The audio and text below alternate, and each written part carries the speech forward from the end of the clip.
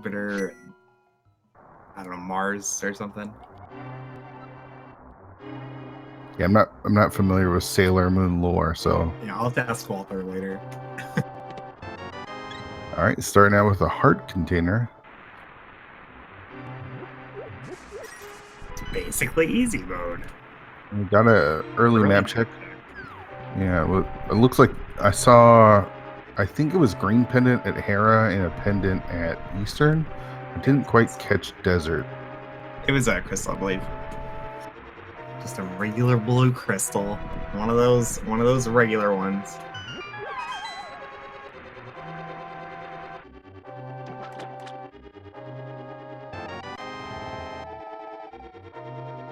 Canis Maria is our weapon. The cane is, like, it works. It gets the job done. It's just slow. There are some, like, really cool strats you can do, but I don't know. I almost never see anybody use them. Usually it's just place the block down and things walk into it.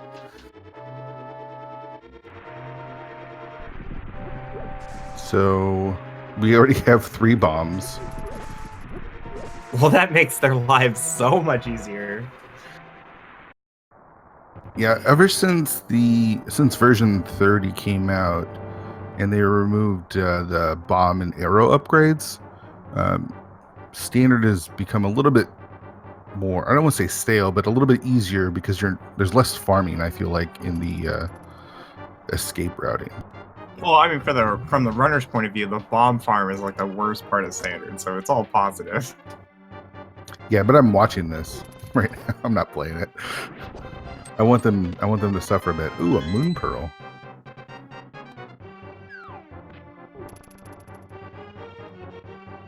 Right? Like, as viewers, that's what we're here for. We're here for some suffering.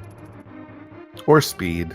Like I said, I guess we're here for speed as well. I don't know. It feels bad, like, if I'm, like, 30 seconds behind because he got the 50% drop and I didn't, you know? Yeah. That was standard, though, for so long. What are your thoughts on Samaria as an opener? It's one of my least favorite ones, honestly. It's a little slower. But, you know, with the difference between, like, Samaria and Berna, though, is that Samaria costs so little magic, so you don't really have to worry so much about conservation. Cool strat from Lemmy there, putting the block just the right way that the guard gets knocked vertically, and he can just explode the block for the second hit. Yeah.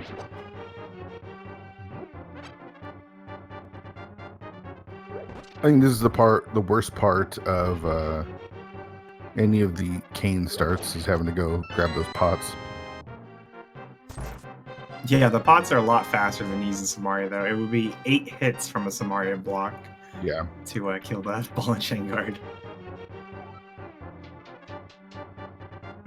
But with Fire Rod, you got 1 shot, Hammer 2 hits, Bow 4 arrows. Those are so fast. Yeah, Fire Rod's like the other end of the spectrum where it's so much faster than Samaria, but you have to pay so much more attention to your magic. Like, missing a shot with the Fire Rod is pretty detrimental. Yeah, definitely. It's so hard to farm with it.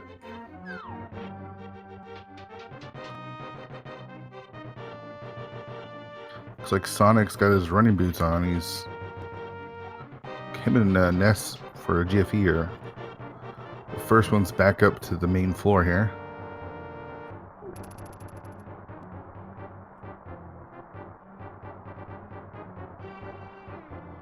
I think GFE is a little bit in the lead. We're a little desynced right now by a couple seconds, according to the timers. Oh yeah, you're right.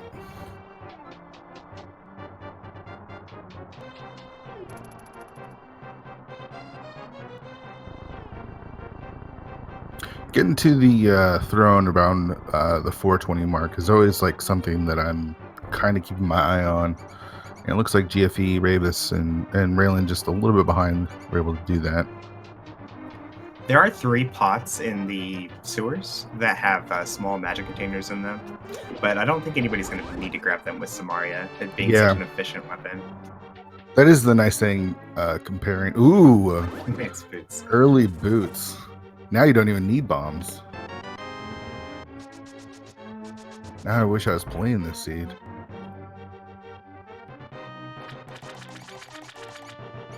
That's the nice thing about Cane of Samaria as opposed to Cane of Berna is the magic consumption is so much less. A little bit more efficient.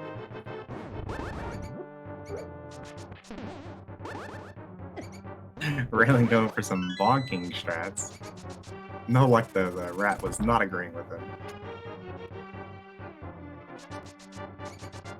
So there's our map. Got 10 arrows. And the glove. So yeah, so the gloves in the back of Escape is like the bane of every standard run. If you don't get bombs and there's gloves in the back, it's a huge time loss because you're going to have to go through the entire Escape all over again. Yeah, it's true. Luckily, they had those bombs in that first chest, so nobody getting a bomb drop isn't really a big deal. We're 2/3 away from the Dark World already, so that's nice. I don't know, how nice is it? Like, do you really want to do some Mario blind with 4 hearts? Oh, sure. Sure. Let's just get going right away. Alright, so it looks like it's just a regular crystal red desert. Most of the things you can do in the Dark World earlier are like either so dangerous or so long that I would expect everybody to do it. At the very least, do all of Kakariko and all of South Shore before going to the Dark World. Yeah, I agree with that. Unique item in Bonk Rocks. It's basically go mode. Yeah, game over. Looks like GFE is going to give us a look at Lumberjack as well. Are you a fan of doing Lumberjack early? I almost always do the Lumberjack early, but then I also play viewer seeds primarily, and viewer seeds tend to be a lot trollier than just normal. Yeah.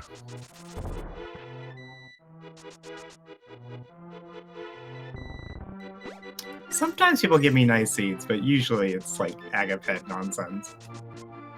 Just a heart container. So Aga still might be required. We're not sure yet. Ooh, there's a mirror.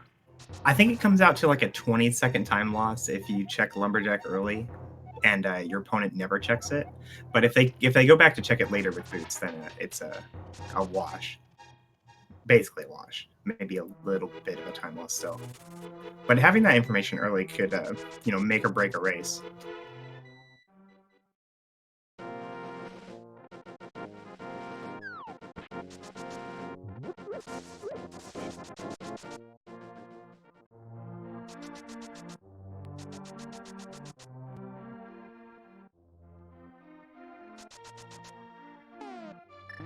It's not surprising to see so many Lumberjack checks early, though, because they did have the boots. And like typically, if you don't do the Lumberjack check earlier, you're coming back when you do get the boots.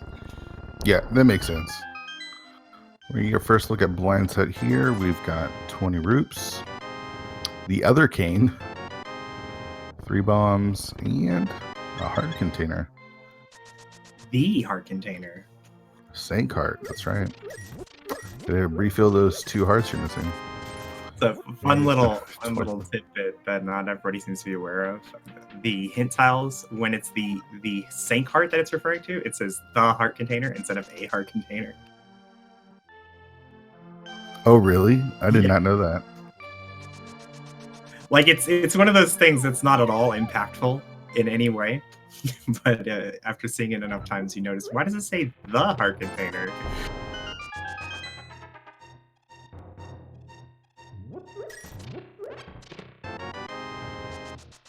Got the book there in the well. The book is it's kind of a really gross item to get super early. Mm-hmm. But with the boots as well, I'm thinking there's probably something locked behind the torch. Yeah, so often it's bait, but yeah, I wouldn't be surprised to see like hammer on the desert ledge or something. Bottle vendor giving us his boomerang.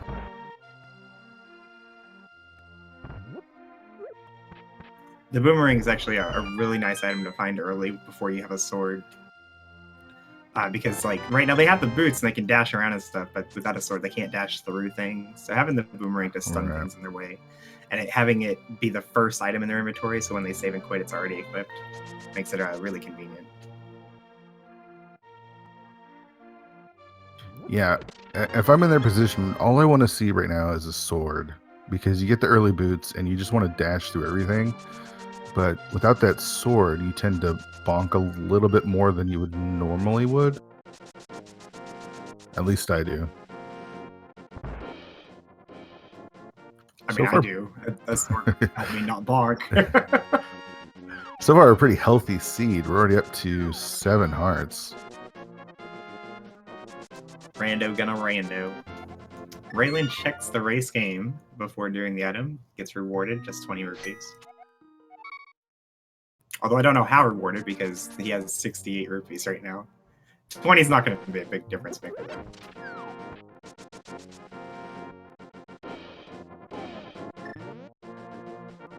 Raylan continues on to South Shore. This makes a lot of sense. It's the next most dense location he can visit. And with the mirror, he'll be able to erase the block there in the dam and check both items simultaneously. And we get a flute in the dam. Not bad. It gives our runners access to Death Mountain logically, as well as a Tower of Hera that they can't finish.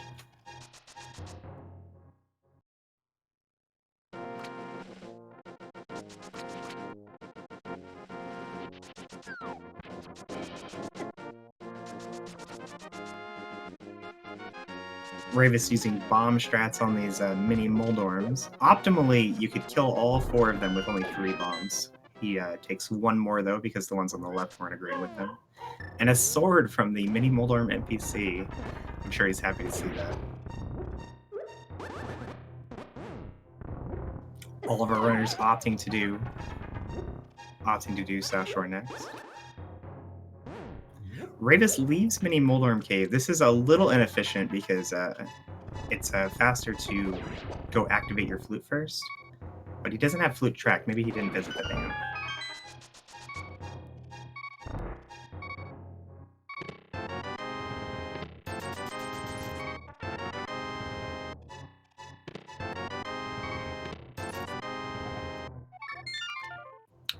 So you can see Raylan save and quitting right out of Mini Moldorm Cave.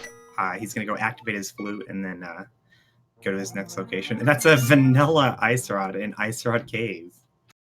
That's fun. Ravis sets up a water walk here out of Ice Rod Cave. He's going to go check Hobo really efficiently.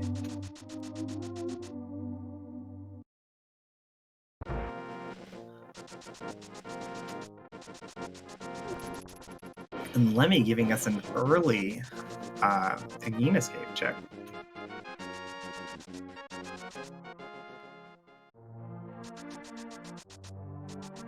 Ravis failed the fake flipper on the first try. That's going to burn his sword water walk.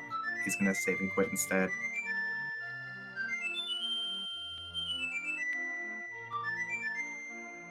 Probably better for him this way, though, because while he would have been able to check Waterfall Fairy without the Moon Pearl, he would not have been able to get Zora.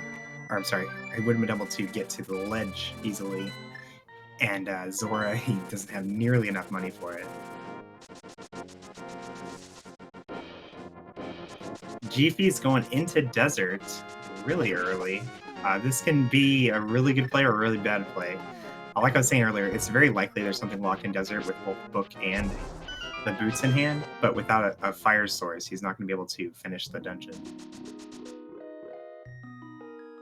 While Ravis goes over to Eastern Sahasrara, he opts to do Eastern first, which is a little odd because he gets burned pretty hard if the bow's just in Sahasrara. All right, Raylan sets up that same water walk in Ice Rod Cave. Let's see what he does with it.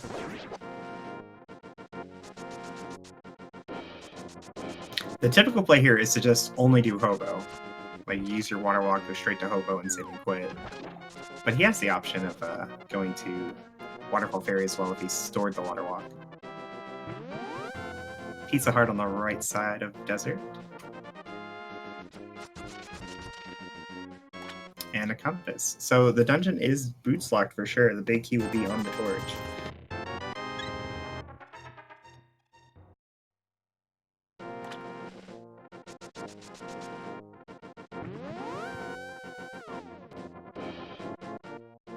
Looks like we can get anything in Waterfall Ferry. Waylon will continue on to Hobo.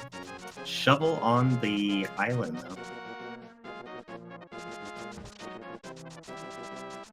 The ice rod requires a bomb. Thanks, game. Oh, this is actually information for GFE, who has not been to Ice Rod Cave yet. Not helpful, though, because there's like 1,000 places that require a bomb.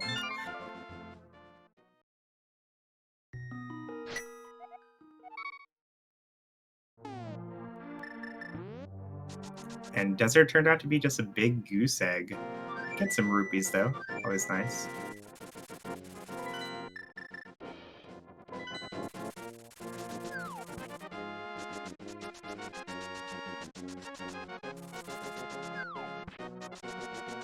Did GFE not check the big chest?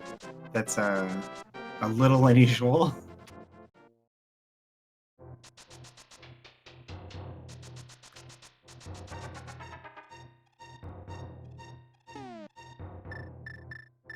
Yeah, so when you go to Desert that early with Book and Boots, you're really expecting something to be behind the torch. So finding the big key on the torch means that those locations you're looking at are the big chest and the boss. Now, you can't kill the boss without a fire source, but there could have been a fire source in that big chest.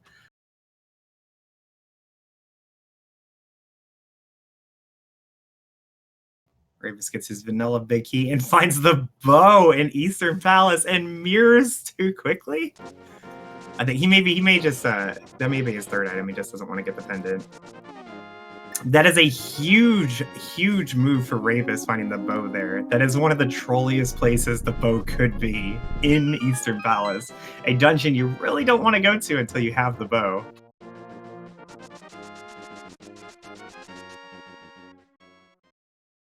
And the hammer was in Sahasra's hut, along with his first bottle.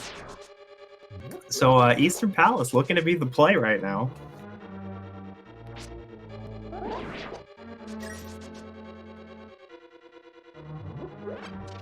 GFE's headed over to Sahasrara, but I would expect him to just leave after getting that hammer.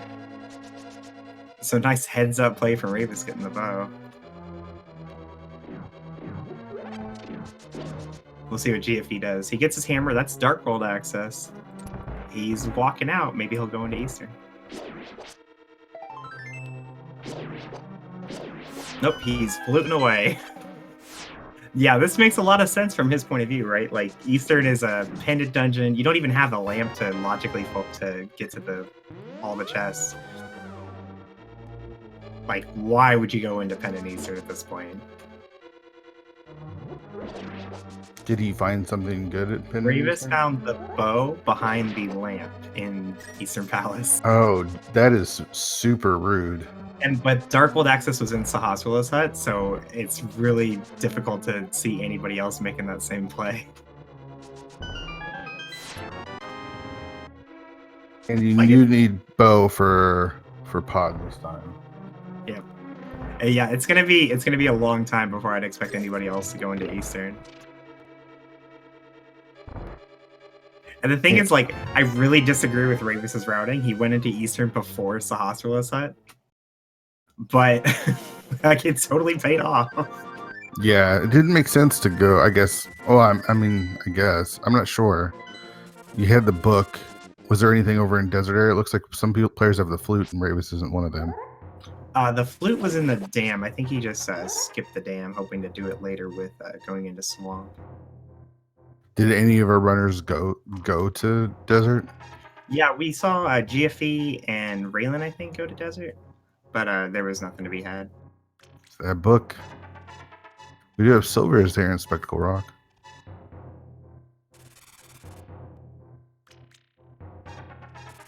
So Ravis will uniquely be able to full clear pod well before any of our other runners. Now he has to do these dark rooms without the lamp in hand. And the turtle room especially is very, very difficult and very, very dangerous to do without the fire rod or a lamp. Yeah. It would be nice if he had just like one medallion to help, but he's just gonna have to hammer his way through it with this current equipment. And we had Pendant Swamp, Reds at Pod and Thieves Town.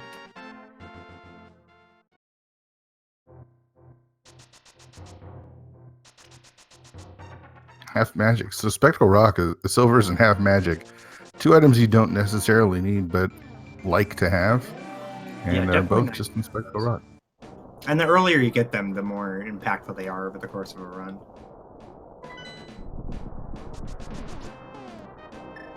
And GFA giving us our first dive into Pendant Hera. See if it's fire locked. Don't have a fire source yet. Yeah, at this point, we really want them to be able to get the green pendant because that would draw them back over to the eastern area and possibly back into Eastern to get that bow. It is fire locked. That's unfortunate. So Rave is on a path of his own since he found that bow this early. And he said the bow is lamp locked, so we're not going to be able to find the lamp anywhere that the bow locks. Right. It can still be in Palace of Darkness, but Sure. just not on the right side or anything locked by it. So what we're looking for here to find out what's bow locked in Pod is how many keys are on the bow locked side of the dungeon. 2 keys means that the Harmless Hellway and the Dark Maze are also bow locked. You get a hell hand. No, I don't have to do much.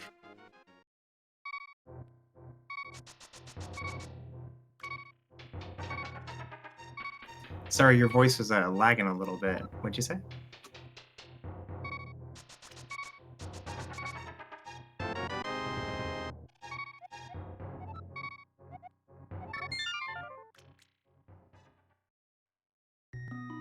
And there are 2 keys on the right side of Pod, which means that the Dark Maze and the Harmless Highway will both be considered bow locked and will not have the lamp at least.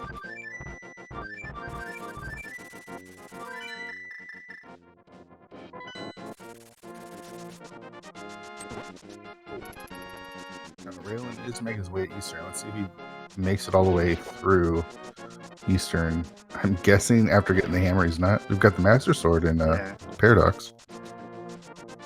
Yeah, it's to go into Eastern after finding your Darkhold access into Hospital's Hut is a really unusual play with it being a pendant, not even having the lamp, no bow. Like, it's weird to go into Eastern right now, but it is a play you can make. Ravis did it, right? Sure. But I think he's gonna flute away. I mean, there's a concession to be made to doing pendant Eastern early. I know there's sort of a meta going around of doing Eastern as soon as you can. Not necessarily a super popular one, but I know it's happening. I know there's a movement. Unfortunately for Lemmy, going down to the basement with no fire source means it's going to be yeah, it's really unfortunate. Real waste of time. Feels bad, man. Is this our first look at Hype Cave, or did Ravis already give us that? I think this might be our first. I've been so focused on Ravis with this pod play. I know Ravis didn't check Hype Cave, but somebody else might have. Hype Cave, pretty empty. Yeah, pretty lame. Oh, Ravis did do Hype Cave? Okay, never mind. I don't know what I'm talking about. Oh. I just work here. Alright, so navigating the Dark Maze does have to be careful. I think he has a blue potion. But you want to save that for the turtle room, which is a lot more difficult than the Dark Maze. I don't think he minds too much taking damage here because like he could always just take a death warp back. Yeah. But yeah, dying early would be very, very bad. So GFE is going into Pod without that bow. Hopefully he ends up going into Eastern as well. Oh man, that's rough. Yeah, the thing with like Pen and Eastern early is that the hope is that if there is anything in there, that it's something important enough that you're going to get bottlenecked by it very quickly. Right. But the bow locks so little in the game. and it's very likely that there would be lots of things in like Thieves Town and Skullwoods and Hype Cave that just draws you to. It's gonna be a last location for summer runners for sure.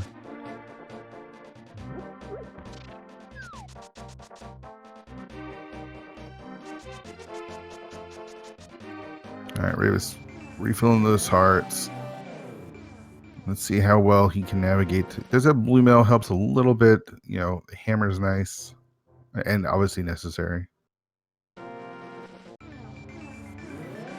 On the flip side, the finding the bow early in Eastern can end up punishing you as well, because like, well, it saves you from the double dips. It may lead to like a medallion to a pendant dungeon, or just like an item that gets you to places that other players wouldn't go that ends up having nothing. Everything's a gamble in Rando. It's one of the first key points when I'm trying to explain the game to somebody, is that there really aren't wrong plays. Everything you do might be the play that wins the race or loses the race. Right.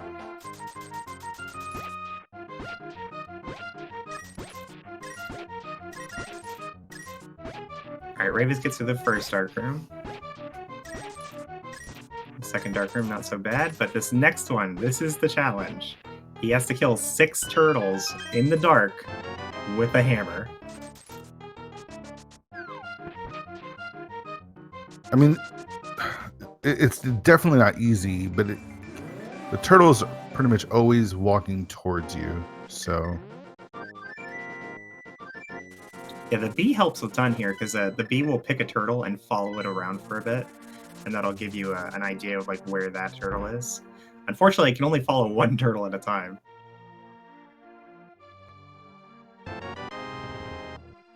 Yeah, what typically happens in this situation is that you're hammering a turtle, right? And then you flip it over and you go to like hit it and you knock it back over. You flip others over, you go to hit them and you knock some back over and some get knocked over. It helps a lot if you can do the hammer only lineup that you typically do in the light and kill 2 turtles and knock all over the other 4 immediately, just to reduce the turtle count in the room and give yourself a better chance. Unfortunately, Ravis was having too much trouble, and he opts to save and quit instead of using his potion. He'll be able to go back later, so it's not like a huge time loss, especially seeing as how most everyone's going to double dip this dungeon. Yeah, I actually think he didn't have a potion. I think he might have used his blue potion already, because he went to his bottles and it looked like it was empty.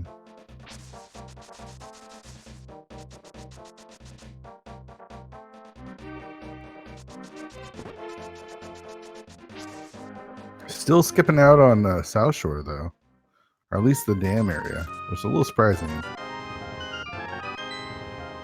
Well, it is really nice if you can do the dam while you're entering the swamp for the first time. So he may just be holding out a little bit, maybe finding flippers in Thieves Town or something similar. Yeah, but I mean... Yeah, it's punishing him right now because the flute's there. But he doesn't know that, right? I mean, right, but still, like, it's an early, like, Sphere 1 location, and, you know, Swamp, you need... Not only does he need flippers, but if he was going to full clear Swamp, you'd need the hook shot as well. Right. I mean, as long as he doesn't put it off for too long, I don't think it's that bad a play. Like, when you get the early mirror, like, the dream is being able to do Light World and Dark World things at the same time. Sure. It's just unfortunate because it is going to cost him a bit of time. Like, I know for me personally, if I find, like, really early mirror, I try to avoid, like, the front of escape to be able to do it with checking the pyramid. Obviously not an option in a standard seed, though.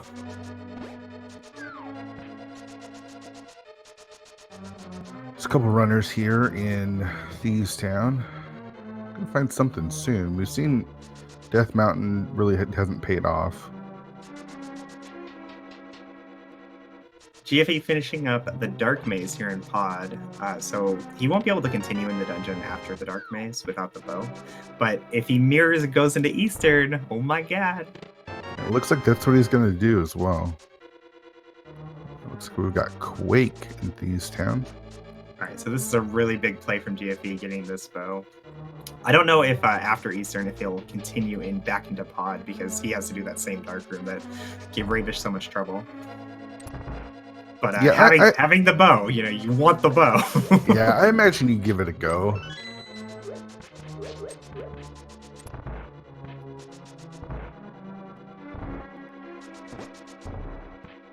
One of the big ideas when you're first learning the game and trying things is you have to be aware of your own limitations. So Yeah, like if for this is sure. a dark room that you're gonna have a lot of trouble with, it's almost always better to just leave it for later than to try it and fail.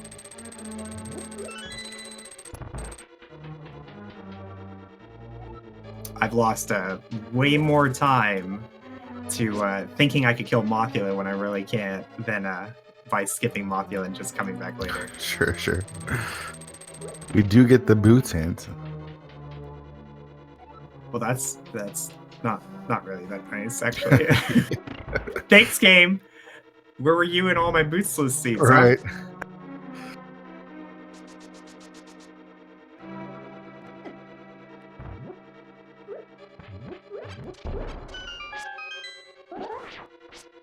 And let me give this a look at Zora. Has any of the other runners? No, we saw a Gone to waterfall Zora? fairy check, but nobody's had their rupees for Zora quite yet.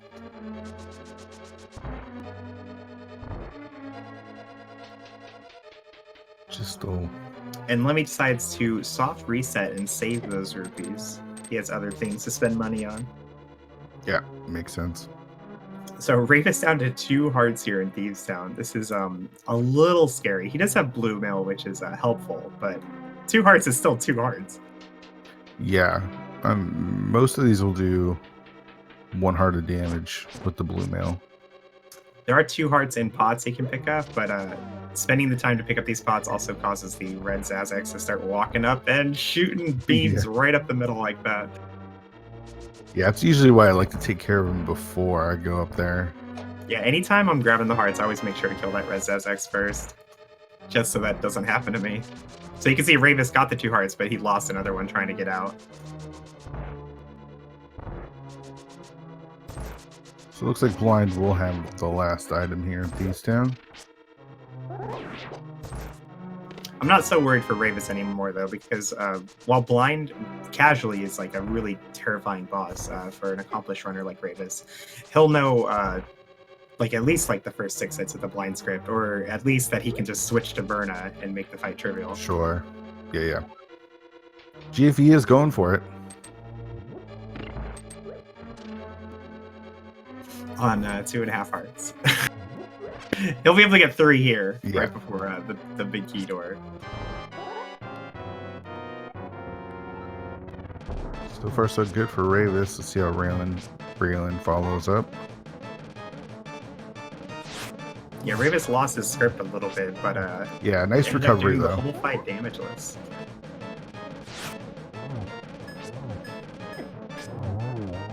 Raylan almost having the perfect blind script. Missed that last swipe. Oh my god, he lost at least like 10 frames on that fight. I don't even know why he continues. Just forfeit, man. 10 frames. That's unrecoverable. So Quake just given us the Quake medallion there.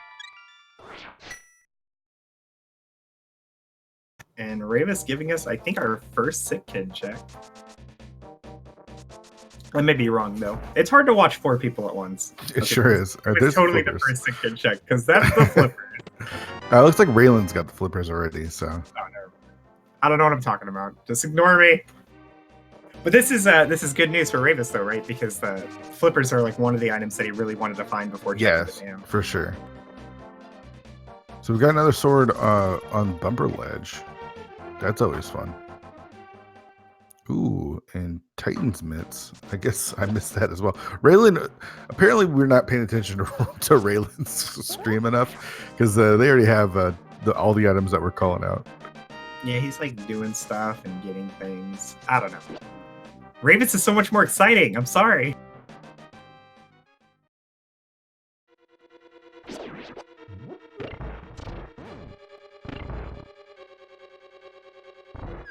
Right. Looks like GFE made it through the turtle room.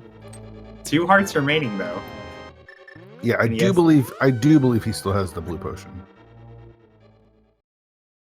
That blue mill, very handy. The typical strategy for that last Dark Room is to just walk through the turtles and take the damage. But with blue mill, that wouldn't be enough to kill him on 2 hearts. Helmasaur is not the easiest boss with 1.5 heart. Definitely not. If he just takes it real nice and safe in the early phases and makes sure to dodge all the fireballs, which he didn't even get any fireball spawns, of course. Yeah. And it's just one silver arrow to finish the fight. Nice fight from GFE. Yeah, using the sword out strats as well slows things down, makes it a little bit easier. So the early bow, the early bow didn't lead to any progression for the runners, but it's still the bow, so it's fine. Plus, Pyramid Fairy is now going to be available for GFE after he finishes Thieves Town, which can also have progression.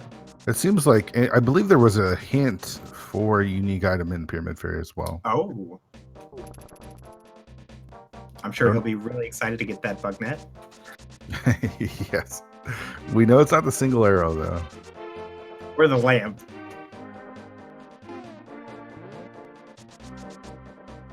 And so Ravis is... How deep into swamp is he going to go? Oh, I missed that. It did say unique item is where? Behind a big red bomb. Okay, so that's where that hint was.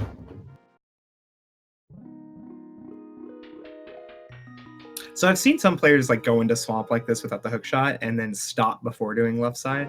I really disagree with that because I feel like you've already spent so much time just getting into the dungeon. You got to go all the way. You gotta commit you to your gambles. Own your mistakes. Yeah, that's definitely that's definitely like one of the biggest hurdles I overcame is early. It's like you make a decision and then you second guess the decision the entire time. And it just makes everything worse by second guessing. You either make the gamble and stick with it or don't make the gamble. We just got a ped check from GFE, but I missed it. I'm sure chat was paying attention though. Chat, what was it?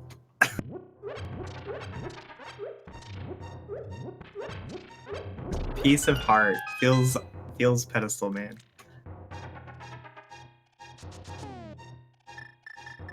Ravis is loving the pendant dungeons this seed. Pendant dungeons are a great way to get an edge on other runners because the typical way that you see like the top finishers route a seed is to ignore stuff like that as much as possible and just go straight to every crystal dungeon you can full clear. And it usually works out, right? But, you know, every now and then there's a seed where something like on left side swamp that nobody wanted to go to, and getting that early can definitely give you a huge advantage.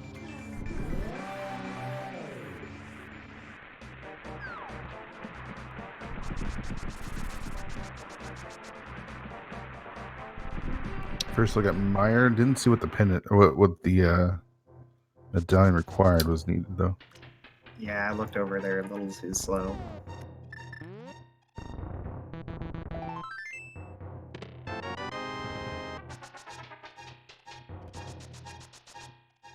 You know, desert's still not completable. We still don't have a fire source.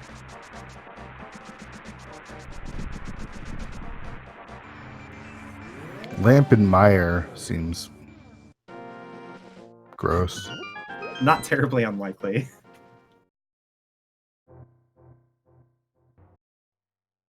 Even if he does have access to Meyer, though, I'd be really surprised to see him go in without a fire source.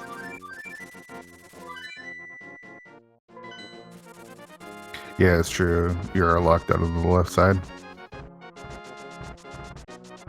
It's going to give us a look at Dark Death Mountain. Does look to be the play.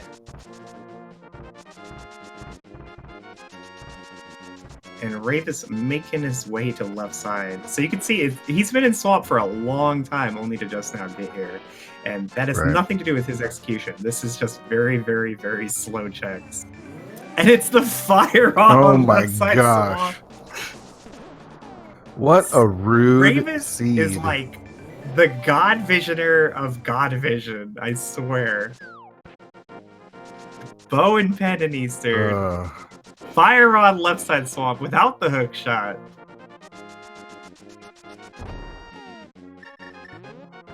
Now, if this is the hook shot left side swamp, then we really have a race. That is unbelievable. It's a big key. Keep going. Ravis has got to be feeling really good right now. You know, the messing up in the turtle room and pod, you know, feels kind of bad, but you know, this has got to make up for it for sure. And Quake opens up Turtle Rock. All of our runners do have that medallion, at least. Without the fire rod, it's unlikely Raylin will be able to get very far in here, but with particular key layouts, he could get all the way to Laser Bridge. And a mushroom, the other item behind most I'd say. Fire rod is a huge advantage right now for Ravis because nobody has found a fire source yet except for him. And it looks like he wants to turn this into Ice Palace.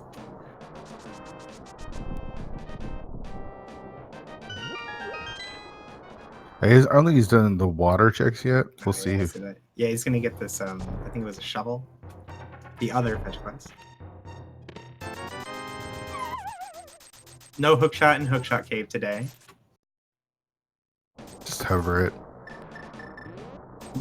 I think it was a GFE who was practicing hovering right before the race started.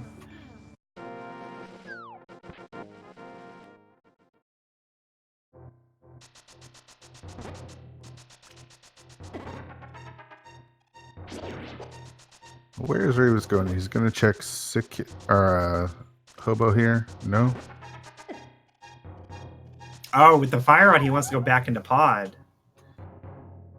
Yeah, this makes a lot of sense for him because, like, from his point of view, like having the bow early is such a huge advantage. He really wants that to lead to progression that the other runners aren't going to get. Yeah, unfortunately.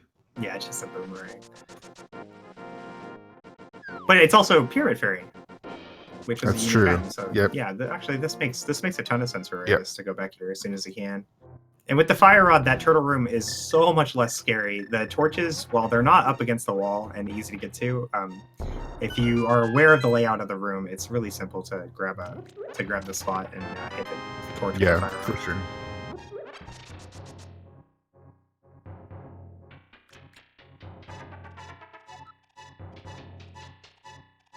So what are we looking for? We're looking for the hook shot.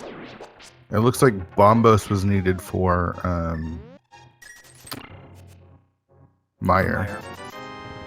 Raylin has Bombos, so I'm not sure where it came from.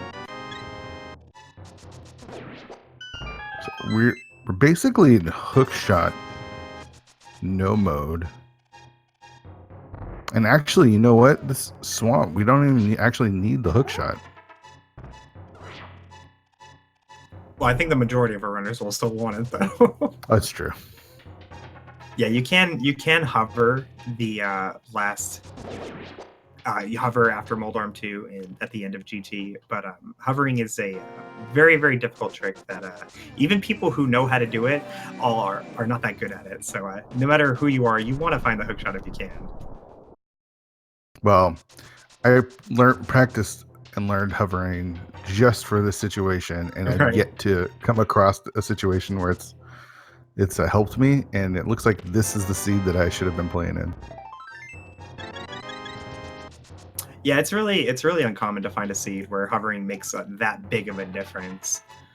But they exist. They absolutely exist.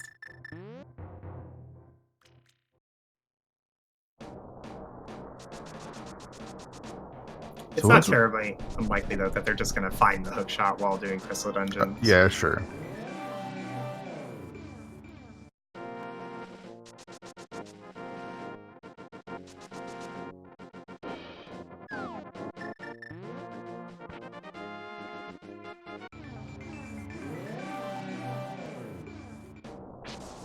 Ravis not having those silvers is going to make this a little tougher fight for He does have to be careful here.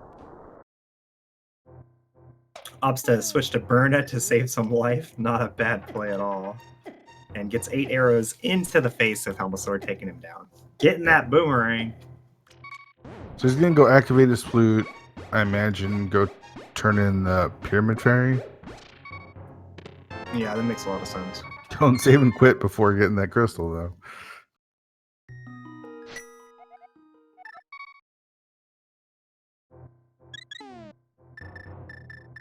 And the real question is, where is that lamp? It's probably like Meyer, right? You know, I feel like if I haven't found the lamp by this point, the most common place I usually end up saying it is either Meyer or Turtle Rock. Turtle Rock, yeah. I've seen the lamp in the Crystal Roller Room too many times. That last chest right before the Dark Room. So once Ravis goes to Desert and gets his Bombos medallion, he will be on that hunt for the hook shot.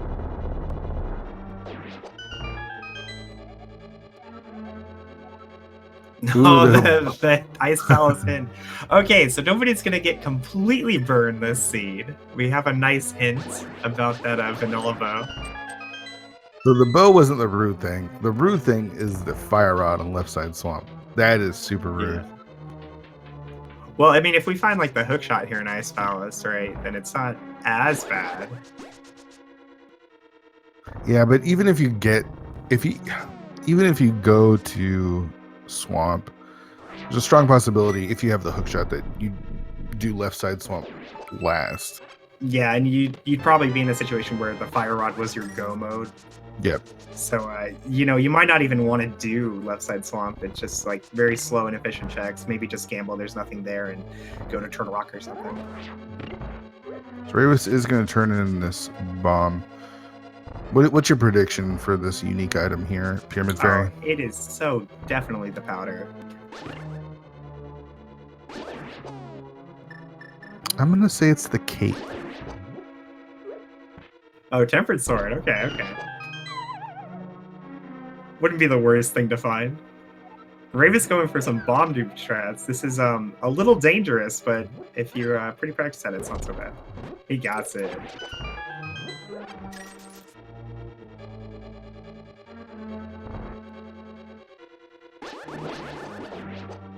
So the glitch there Ravis performed is if you transition the screen while the timer hits 0, the bomb will be duplicated on the next screen. It's the hook shot that's go mode.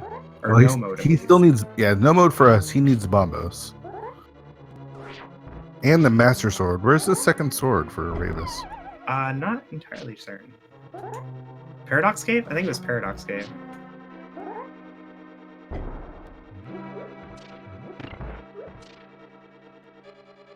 So the Master Sword being in Paradox Cave is a little rough for Ravis, actually, because once he gets Bombos here in Desert, which he's definitely going to do right now, that's, you know, go mode except for his sword for him. So he's only going to do these Crystal Dungeons.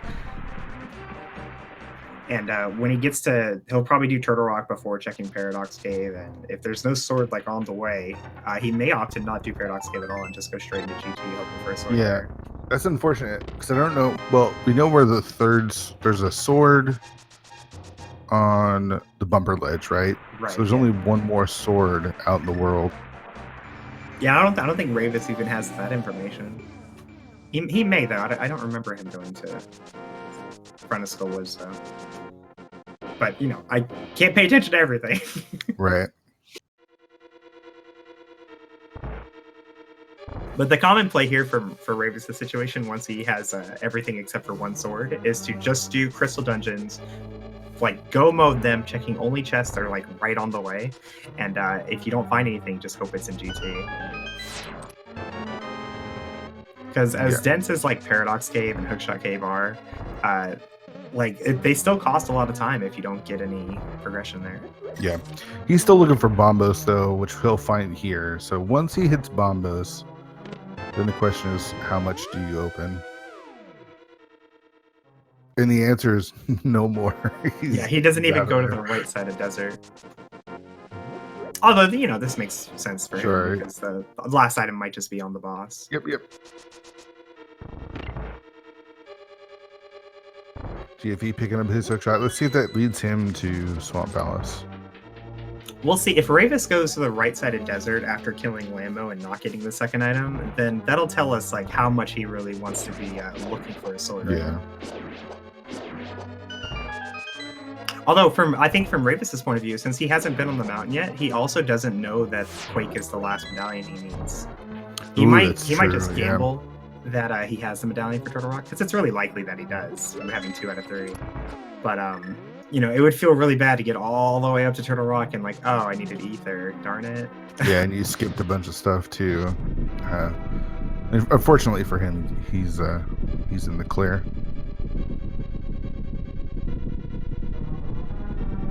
A map and some bombs are fire locked in Misery Mine.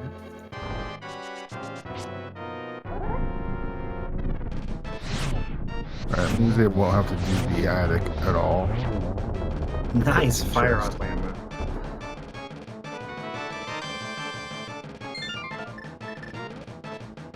He's switching to flute. He's not going back. Heck no. This makes a lot of sense for him. Like it is very, very like the deeper you are in a seed and having only one sword, the more likely it is that there's probably just a sword in GT. And with however many dungeons he has left to do, it's also not completely unlikely that he's just gonna find a sword somewhere. Yeah, I was wondering where he's going to flute to. It looks like he is going to head to Mire now, which this actually has my least favorite dark room. It's not as hard, I think, consistently as the turtles and pod, but it can be tricky. Yeah, I think for Ravis, I'm less worried about the dark room and more worried about Vitreous himself, because on Fighter Sword and no yikes. silver arrows. Yeah. So between arrows and bombs, he can definitely take down Vitreous. Like it's not going to be the worst thing he's ever done, but it's going to be a slow fight and it's going to be a dangerous fight. 8 hearts too.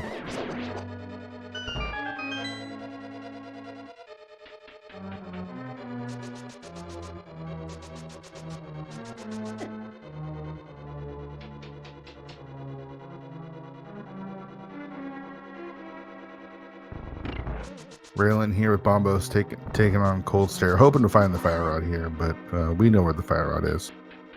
Yeah, it's really common to see the fire rod locked behind Bombos and Ice Palace, but not today.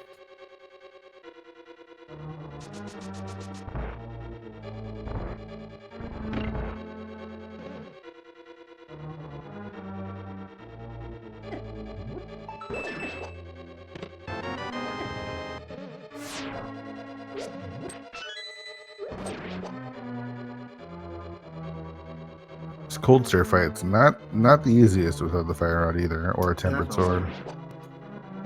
Yeah, it feels kind of bad to have that half magic and you got nothing to spend it on. Yeah. Just spin it to win it.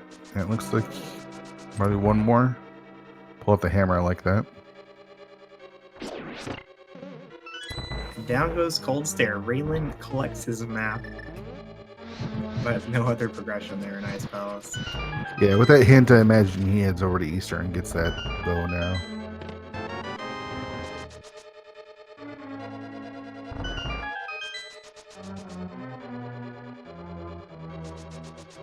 Lemmy making the early dive into Turtle Rock here without the fire rod.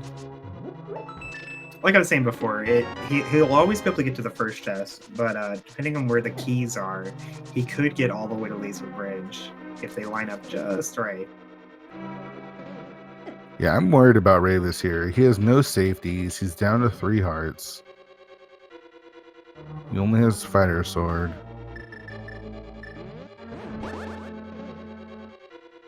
Yeah, it's a little surprising for me that he didn't think to go grab some potions before attempting this. Well, he's gonna. Looks like he's gonna fake powder here. Okay, yeah. If you're confident enough in your execution, not grabbing potions definitely saves time.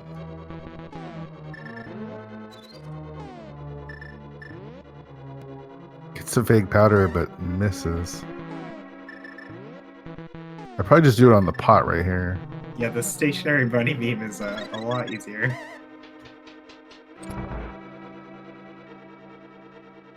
Lemmy trying to murder Sick Kid. He is invulnerable to damage, though. Don't worry, Sick Kid's gonna be fine.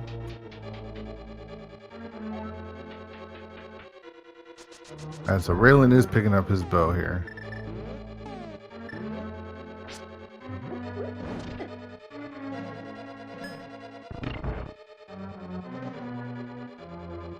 So that dark room that Ravis just did, it's one of the trickiest dark rooms to learn. But once you have learned it, it's I'd say it's like more middle tier on difficulty.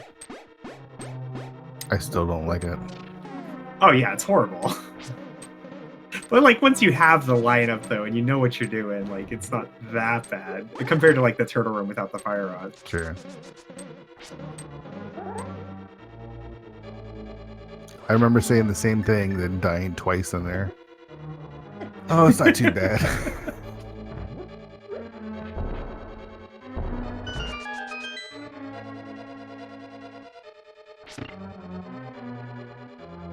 He was doing a good job navigating through here, though. He makes it through all the dark rooms, taking only 2 hearts of damage. That is, you know, on par to actually good.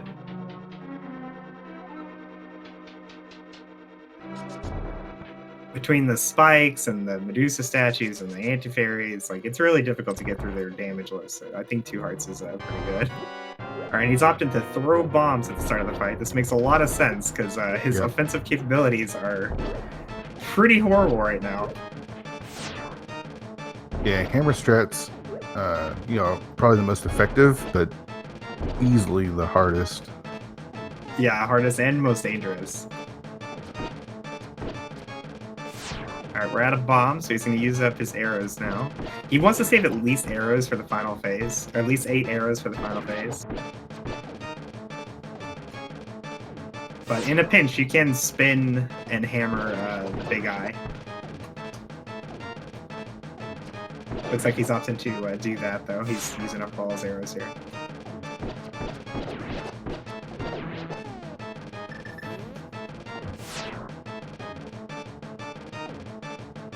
He's doing really well so far. Yeah, you can see him trying to bait the eye off the wall so that he can hammer it from the side without being in line of the laser. Hammers scared him a little bit, though. He's switching over to fighters forward spins. It's a little slower, but, you know, safer. Oh, guy, take a hit from the laser. Blue mail making a big difference on this fight. Oh! No, don't die! Oh, no.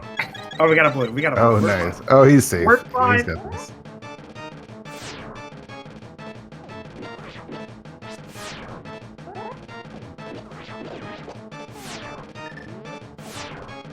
Alright, should be in the clear now.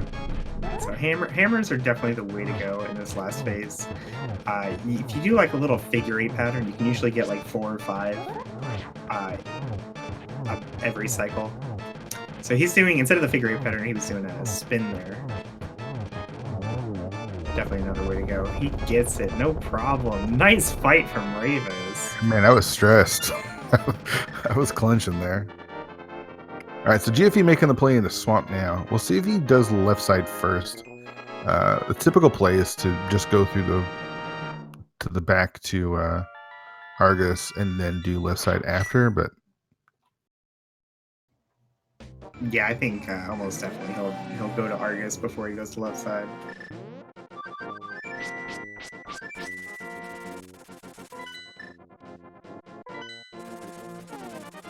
Ray was filling up the potions. This makes sense. Oh, and checking the mushroom. He does only have 8 hearts still. Oh, no, he's not even turning in the mushroom. You know, it's a little surprising because he still does need a sword. Yeah, anything you can do to save time, though, right? Like if that first place finish, man, is the difference between checking the mushroom and not checking the mushroom. Yeah, but if you're looking, I mean, I get that you're gambling on the sword. The sword on the way is gambling the sword in GT. Yeah.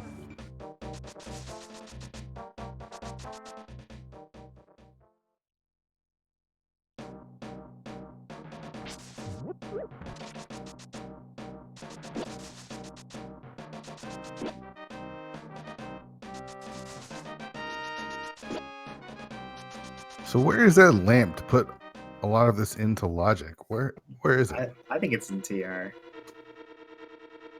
Could still be Meyer. We haven't Ravis didn't check all of Meyer. We did see one item in Mire. That was the the bombs on the bombs. left side.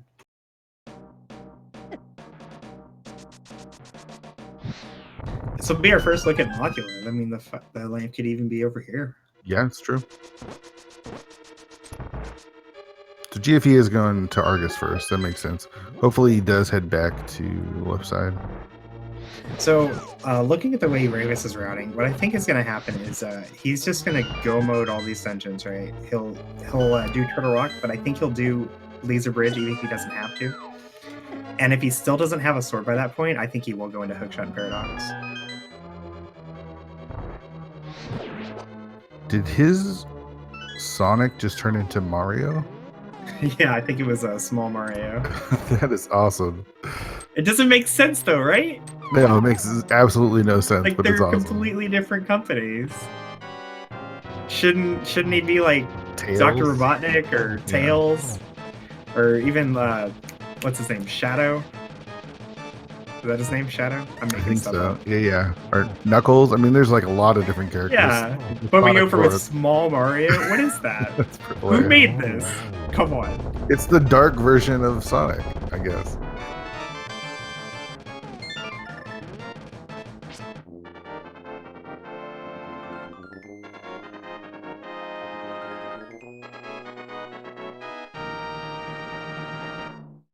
All right, so I missed it? Did Moth drop an item? Oh, I didn't see. If it did, it wasn't the lamp. I know that much.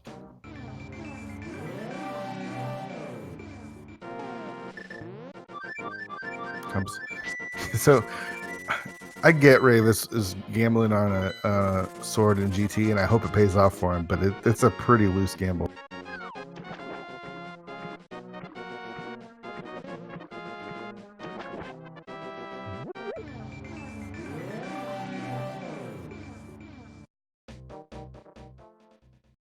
I think it's what he has to do. Especially after messing up in the turtle room.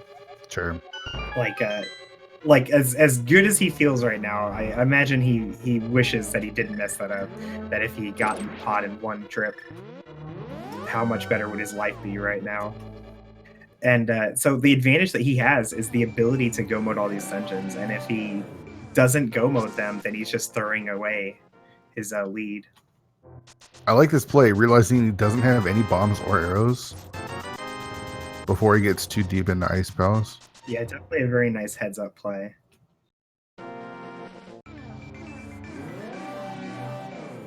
Now right. I want to see bomb strats in the Pengator room, because of all the chests that he can grab like on the way, the Pengator room's one I would expect him to do. Like he does have a hook shot. Yeah, hook but the bomb strats are faster. Not everybody knows the bomb strats. Like typically, you don't even you're not even aware of them until you're playing like inverted a lot. Yeah.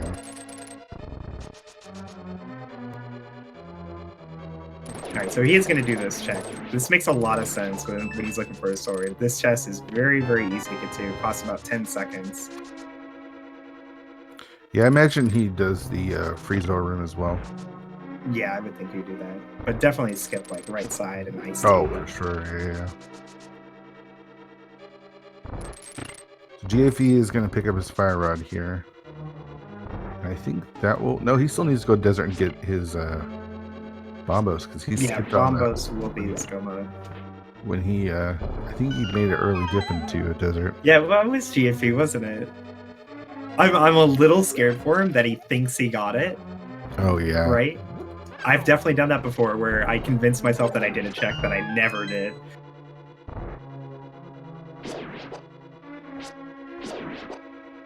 Well, at the very least, when Lambo doesn't drop an item, he would be aware that there was something else that he didn't get.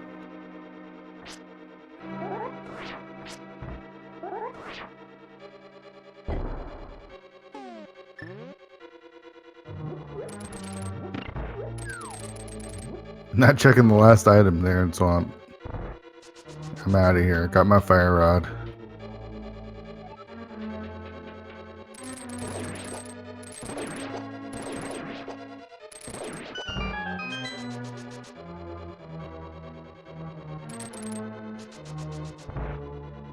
Ravis has shown how good of a player he is. I mean, all the stuff that he's doing with only 8 hearts, not easy to do. Nice spin. And gets the clip. Yeah, that's really cool. I think I have like a 10% success rate with doing that. Yeah, I practiced it a bunch and I still can't get it. I just say, you know what? I don't care. I'll take the second time loss from doing the boots instead.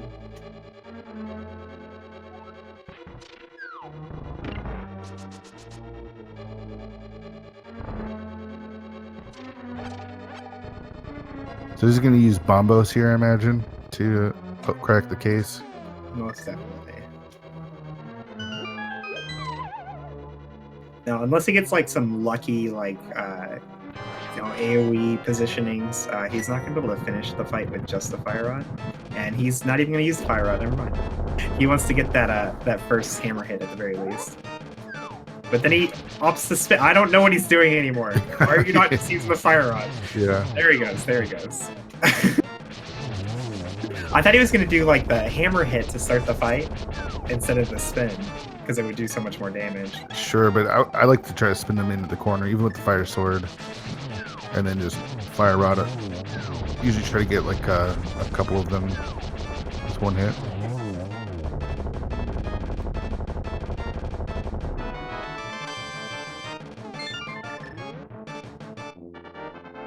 If you're Ravis in this situation, how worried are you about your sword? You know, honestly, I'm not that worried. Like there's a little worry, right? But I still have Turtle Rock to do, which is a ton of checks that I'm gonna have to do no matter what, just because of the way Turtle Rock is laid out. And then even if there's nothing in Turtle Rock, I still have the option of going into Hookshot Cave, Super Bunny, Paradox, Spiral. You know what's unfortunate for Ravis is he's gonna skip out on those silvers as well. Yeah, it's a little unfortunate, but you know, after seeing him do all these fights on Fighter Sword, I'm pretty sure he's gonna be fine. It's just a little slower. Well, a lot slower. Yeah, silver. Master Ganon is. You know, he has such slow. a huge lead over the Restream runners, so I don't think it's going to be enough for them to catch up if he stays on track and finds a Master Sword. I like this. He's actually going to check Super Bunny Cave and probably Hookshot. Yeah, this makes a lot of sense for him. Like, if you haven't opened the Turtle Rock portal yet, it's basically the same amount of time to go up Super Bunny as it is to go up in the Light World and open the portal. Oh, this is perfect because he's going to get his Master Sword now. Okay, so this I don't agree with. I think he should absolutely have done Turtle Rock first from a routing point of view, but this is going to pay off for him.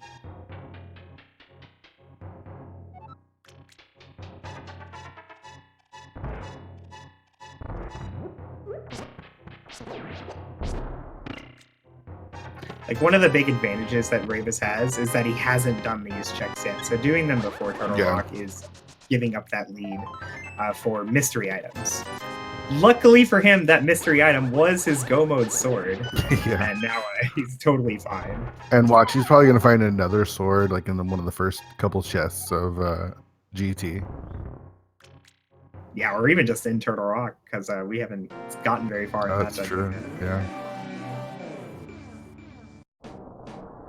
But if it's like deep on Laser Bridge, I don't know if he's going to go for it. Yeah, Ravis has had like the God vision this whole run, like getting that bow early, and it didn't even make sense for him to go into Easter, but he still went in there.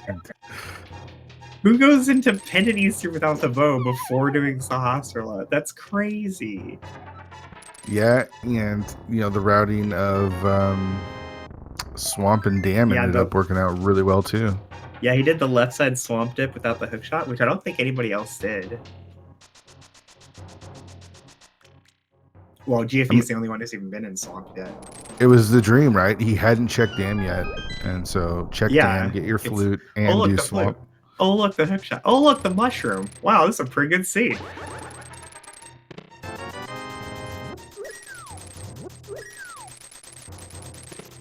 Okay, now it's really surprising to see him doing Hookshot Cave here. Because, like, you have your Master Sword. Is that not good enough for you? With as much as he skipped, for sure.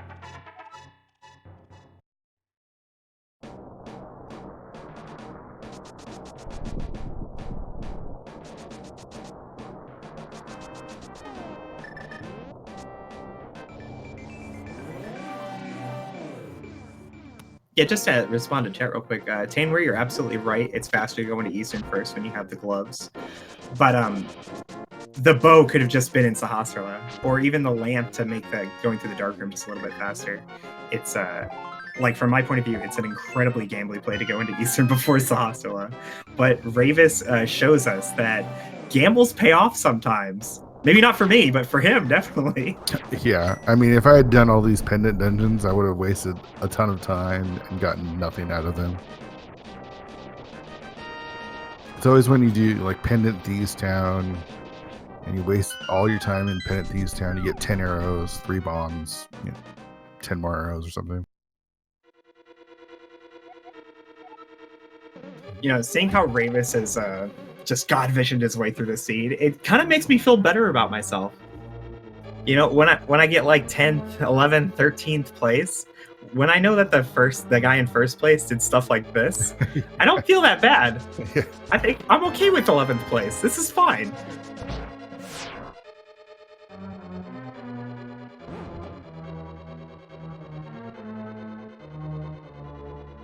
Last item in Mire should be right here.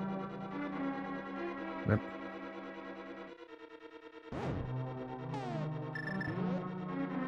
Oh, let me make him a Mire dip without a fire source. No.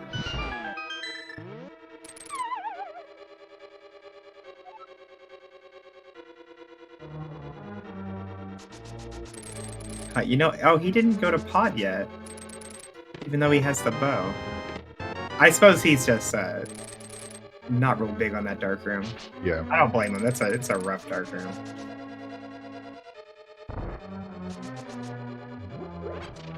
See if he really needs to make his way to desert. Looks like he's gonna go into swamp, which is good for him. Like he'll get his fire rod there. Still no idea where the lamp is. But as we get deeper in the seed, I'm almost sure it's in Turtle Rock. Yeah. I'm trying to think of anything else that we haven't seen yet. Maybe the mushroom turn-in? I'm not sure if we've seen anybody turn the mushroom. Yeah, GFE just the dug only up. one that has it. GFE did the shovel spot. It was just a heart container there. No, GFE didn't get the mushroom, did he? I thought he skipped out on opening the big chest. You're right.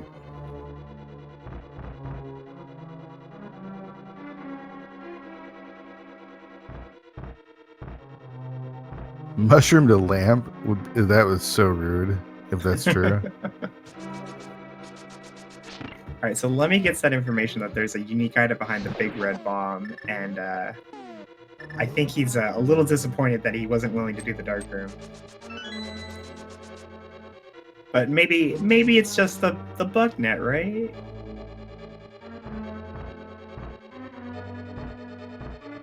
Ray was just skipping it. Skipping that lava chest. Imagine it skips a couple more as well.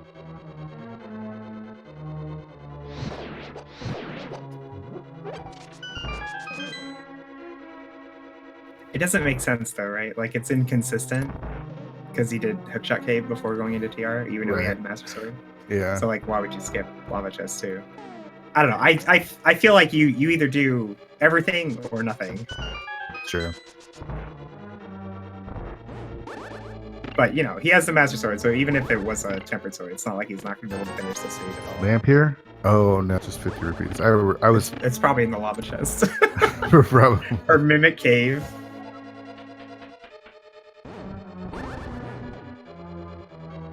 Yeah, you're right, Magby. He didn't know that Quake was the medallion to get into Turtle Rock, but he would have found that out by entering the Dark Vault of Turtle Rock.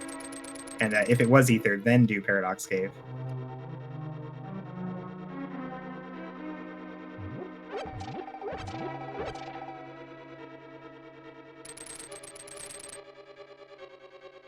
Oh, that's funny. He did the safety pots in the dark. Every time I try to go for the safety pots in the dark, I always miss it and get lost. Yeah. So I just figure like I don't need the magic. It's fine. Alright, so he is gonna do laser bridge. So this it's inconsistent. It's not wrong, but it's he has to inconsistent. do laser bridge. He doesn't have a key yet. Oh yeah, that's true. So that means that the key had to be in the lava chest.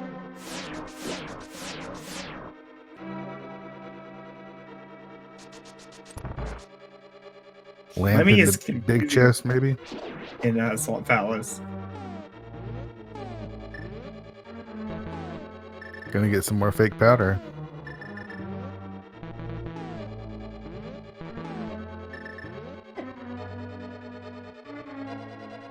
I think it's a tech that he doesn't do very often.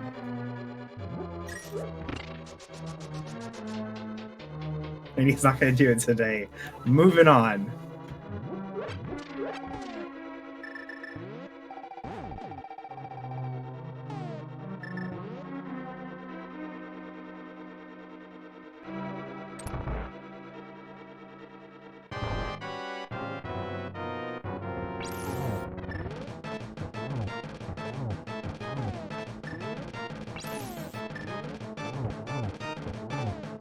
And this is not an easy fight with Master Sword. No half Yes. magic. Especially and not when you only have 3.5 7 hearts. shots.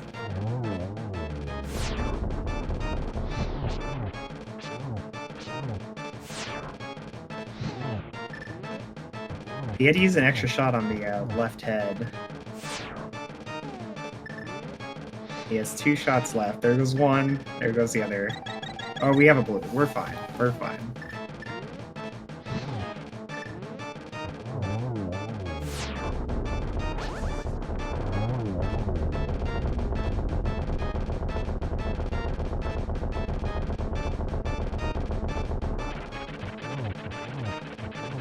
All right, we are going to play a game. We should probably mention that. And it's going to happen quick. Ravis is going to enter GT, and there are 22 different locations where the GT big key can be. As soon as he grabs that crystal, which just a second here, go ahead and get your guesses into chat, and I don't know, maybe we'll have something for everyone. Koi, what's your guess?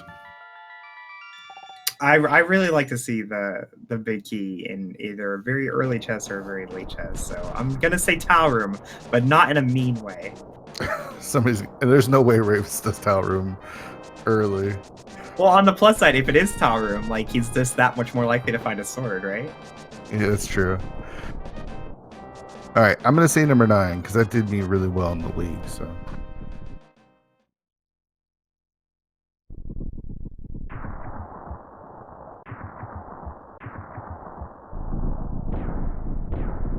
Let's see what kind of strats he employs, if he goes Hope Room first, or if he's going to do Dark Magician and head over to Stalfos Room first. We'll see.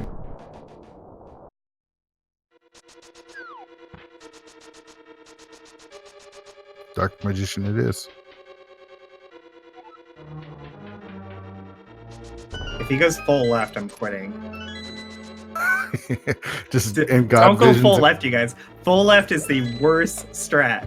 It's the worst. Until it works.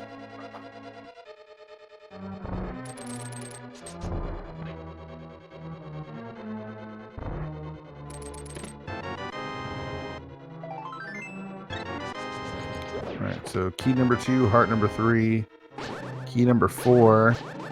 And he's going left. Why are you killing the Stalfos? Ravis! Oh my god. Alright, if he goes to the next room and then mirrors, I'm okay with this. But if he goes full left. Okay, so like the reason that I say full left is not a very good strat is because over the hope route, which is like the meta way that most people choose, where you check the 2 hope chests and then go full left, he's saving like 15 seconds or something over that route. But if the big key's in the hope room, he loses like 4 minutes. It's a really terrible gamble over the most popular route. But he's gonna be right, because he's been right this entire season. I know, right? All right, so that was 4, 5, 6. That was number 7. Now, if like nobody did the hope route, like if that wasn't really popular, this isn't a bad route really. But just because of how many people always check the hope room so early, this makes it a really terrible gamble. Number 8. number 9, number 10, number 11. Okay, so he's doing active poker he's doing, strats. yeah, rando room rush.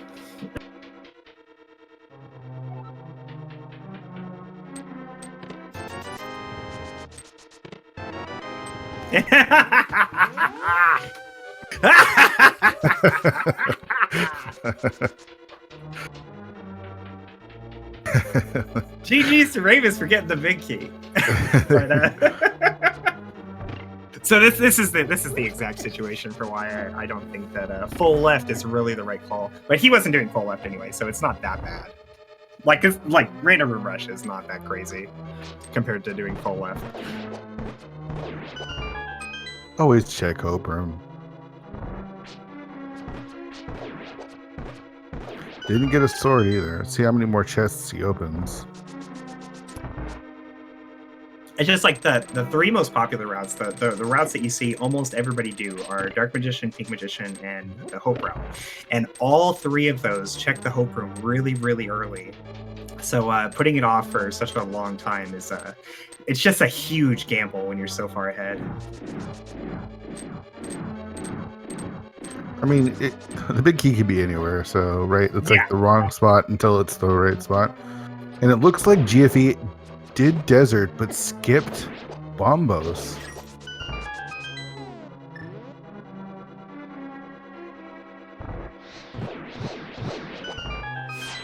Oh, he didn't realize? Oh, no. Oh, GFE. So, I mean, this one might be a forfeit for GFE just because he might have thought he got everything out of desert and didn't realize it. Yeah, it's really unfortunate.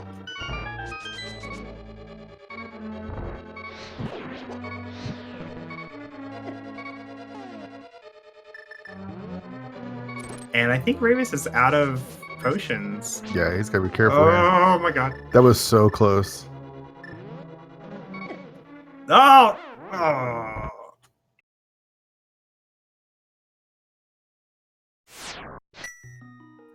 Feels Gauntlet. Man. Yeah, the last room before land mode 2.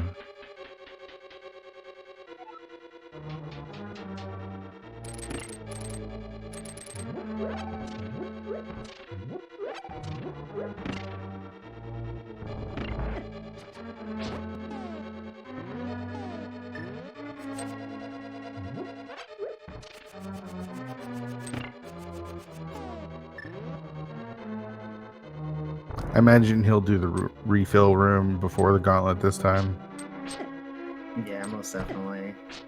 It's so unfortunate because if he had just made it through that one last room, there was a bunny beam to powder.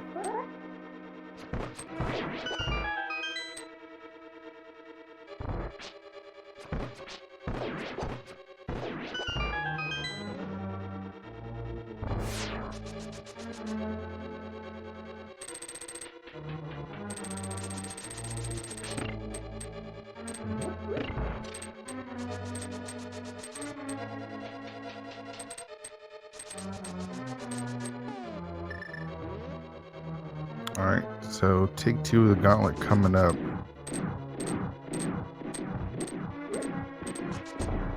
He is going to refill everything though here.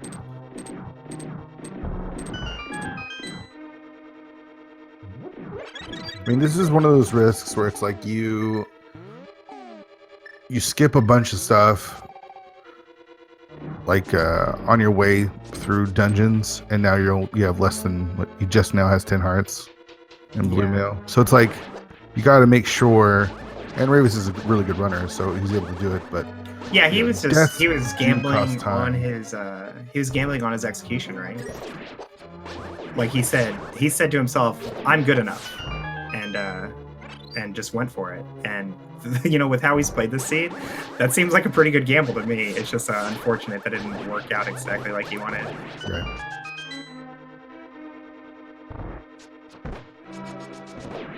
RNG can get the best of runners.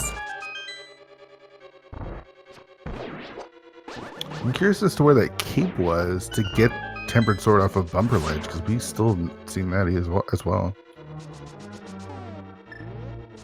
Yeah, the cape could be just about anywhere, right? Like it might Yeah. just be in GT. Like we saw very little in GT. We didn't see compass room, Arsimos, tile room. It could even be up the gauntlet. I want to know where the lamp is. There's a lot fewer places that could be. Yeah, what have we not checked? I think it might have to be Mimic Cave or something.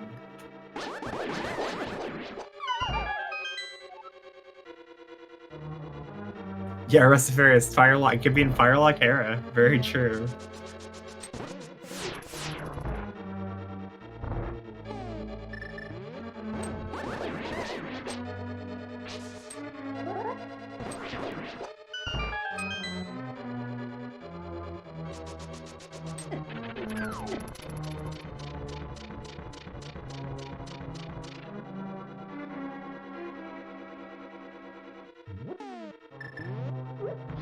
All right, so we're through the gauntlet, through the tough parts.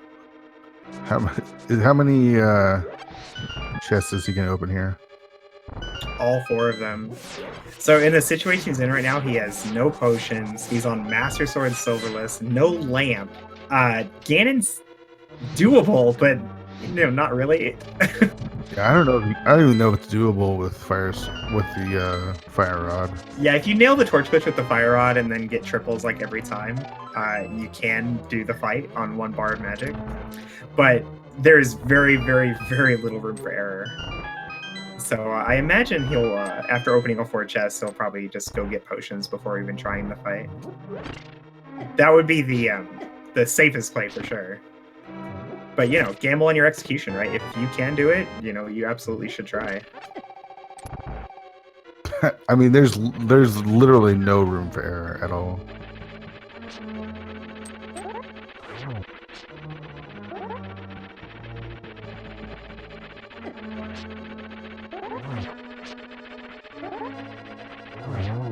So GFE actually going to give us a look at Hera. Yeah, he's out of choices. He has to go here.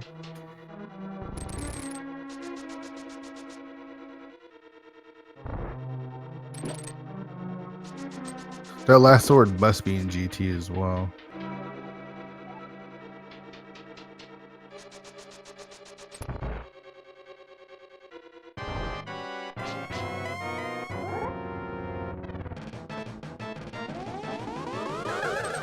Nice spot for Agate to line up.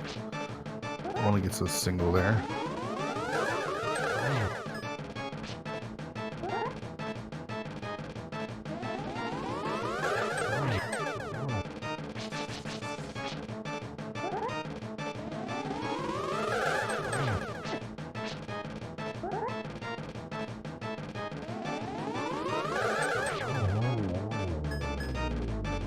Nicely done by Ravis.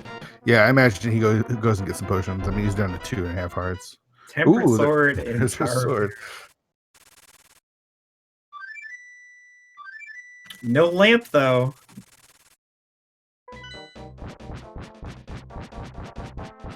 So where is the lamp?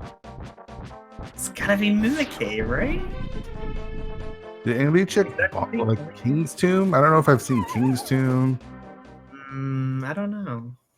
Mimic Cave had powder. So Raven starts the fight, but it looks like he's going to Death Warp immediately to get some fire refill. But that says to me that he's probably not going to get potions.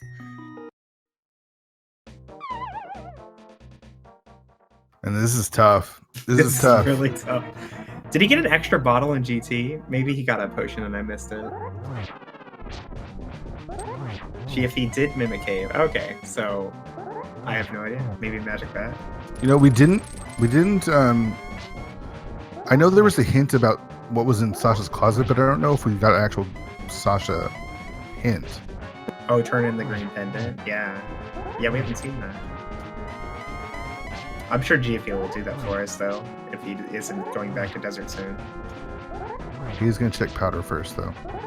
Alright, here Ravis is with the fight. You got 24 spins, 12 spins here on phase 2.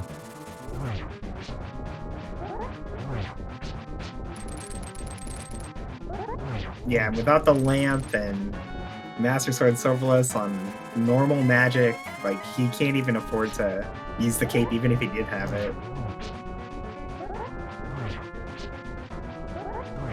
And even on Blue Mill, these bats hurt a lot.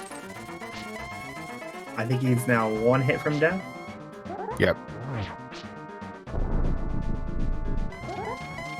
So there was a lamp on Bat.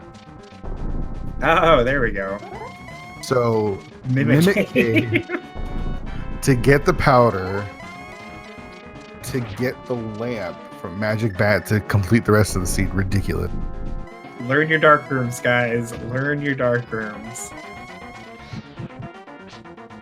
Oh, right. He had to spend an extra shot. Yeah, that's it. The fight now. He can't finish the fight.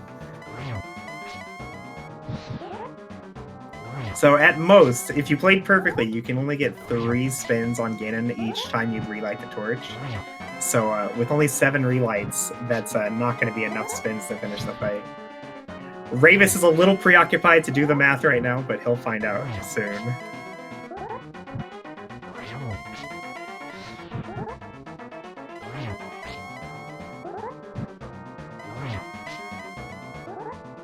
He must have a potion, right? Like, I know he got an extra bottle, but I don't know what was in it.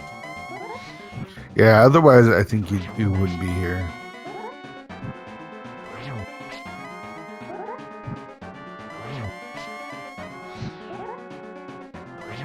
He is getting these triples, no problem, though. Yeah. Alright, this is the last one.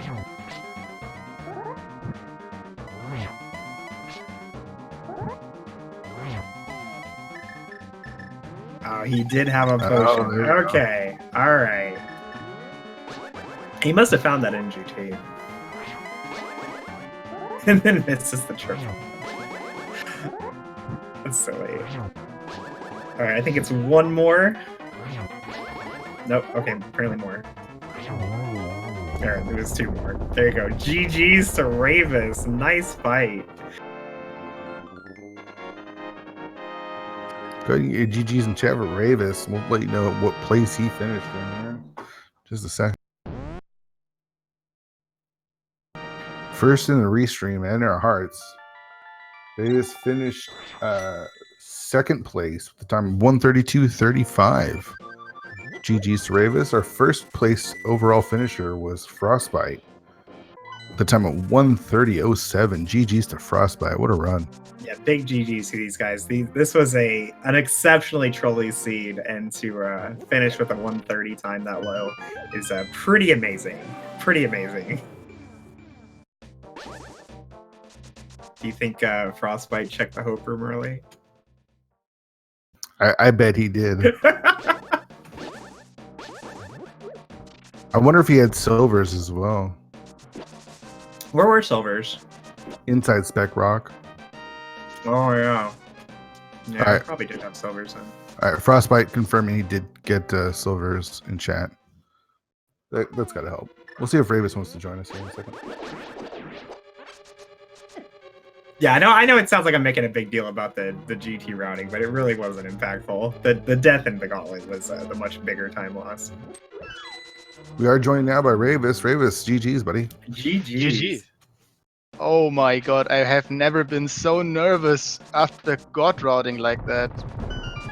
Well, let's start at the beginning. What made you go to Eastern that early? Yeah, before Sahasrara even.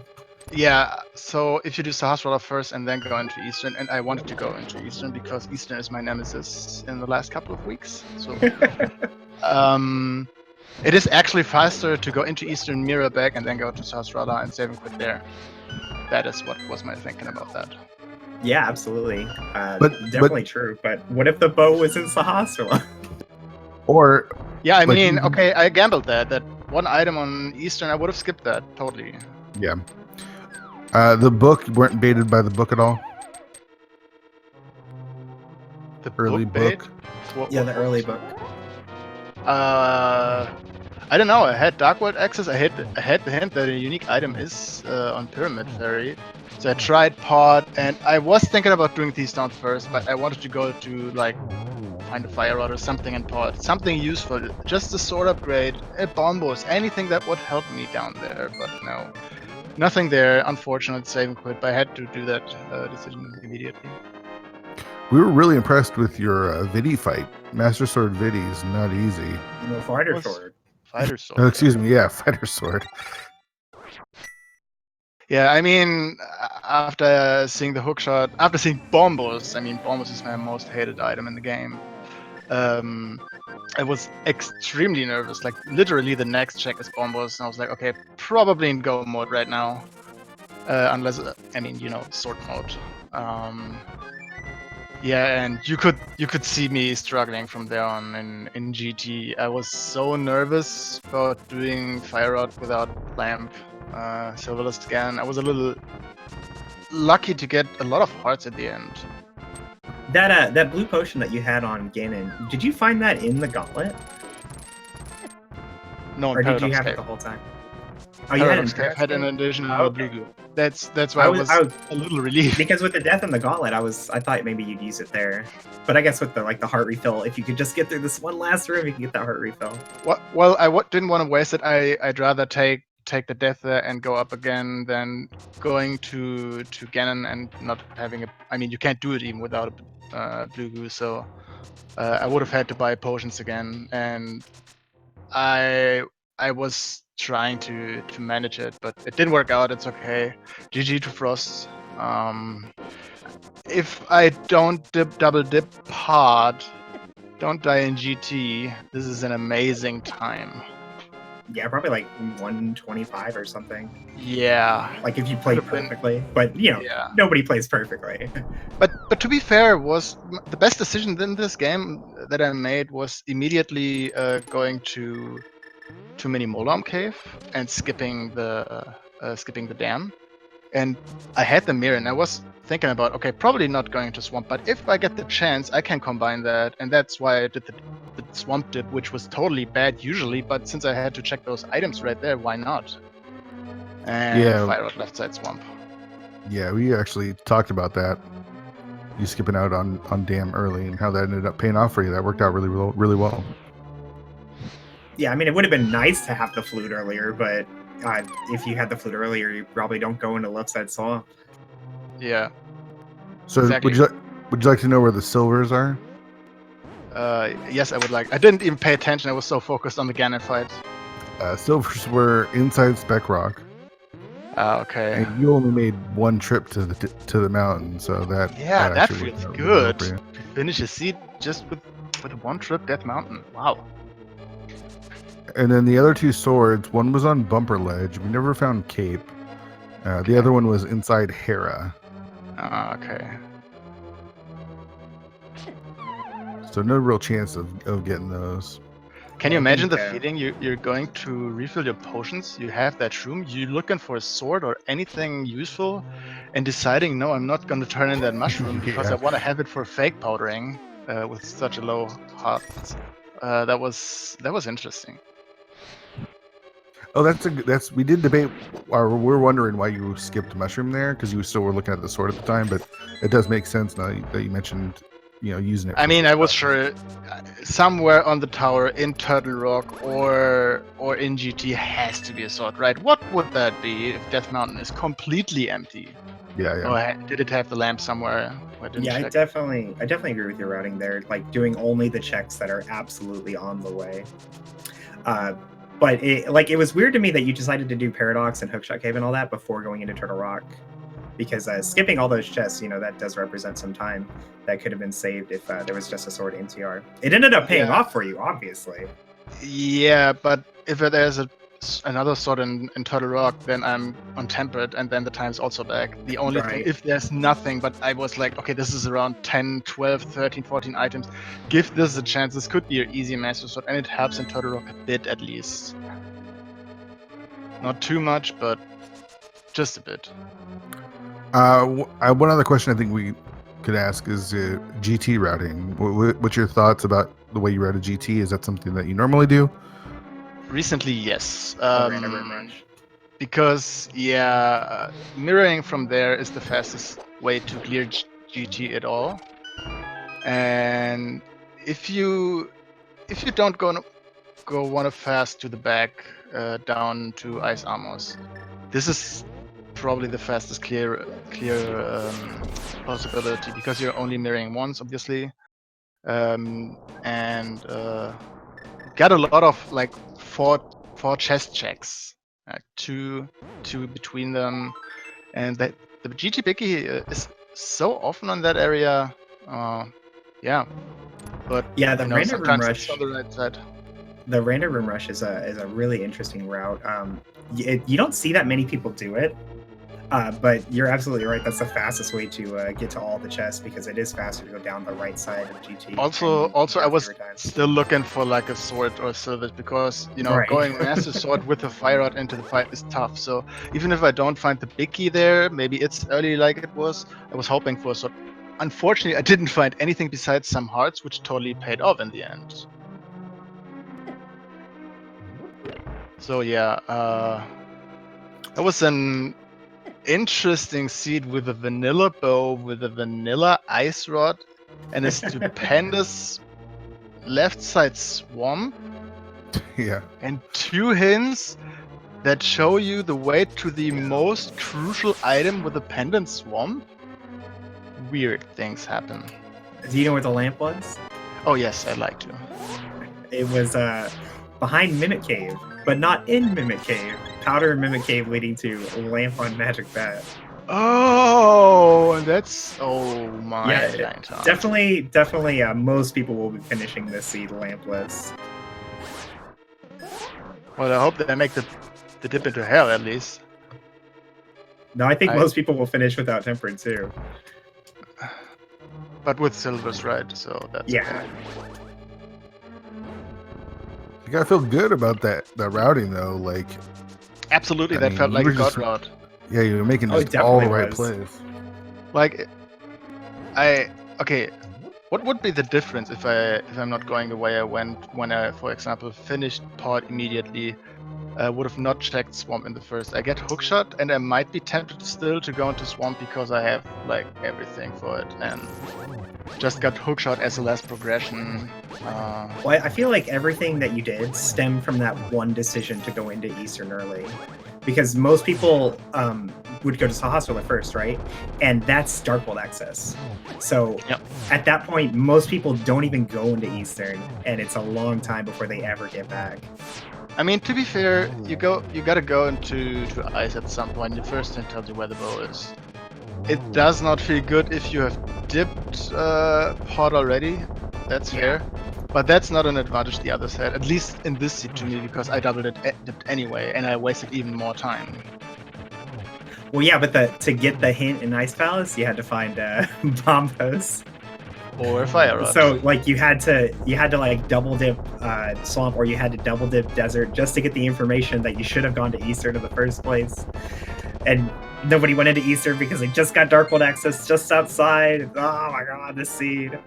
Yeah, so I think that one call really makes that's why I say Eastern right now is weird. I wouldn't say cool or great or dumb. It's weird. That's all I can say about that. Let's call it Weirston Palace. No, but honestly, the start was strange and the rest was cool, and my execution slick a bit off, but I guess that was just simply because I was so nervous about that seed and everything was correctly done somehow. I think you did absolutely fantastic.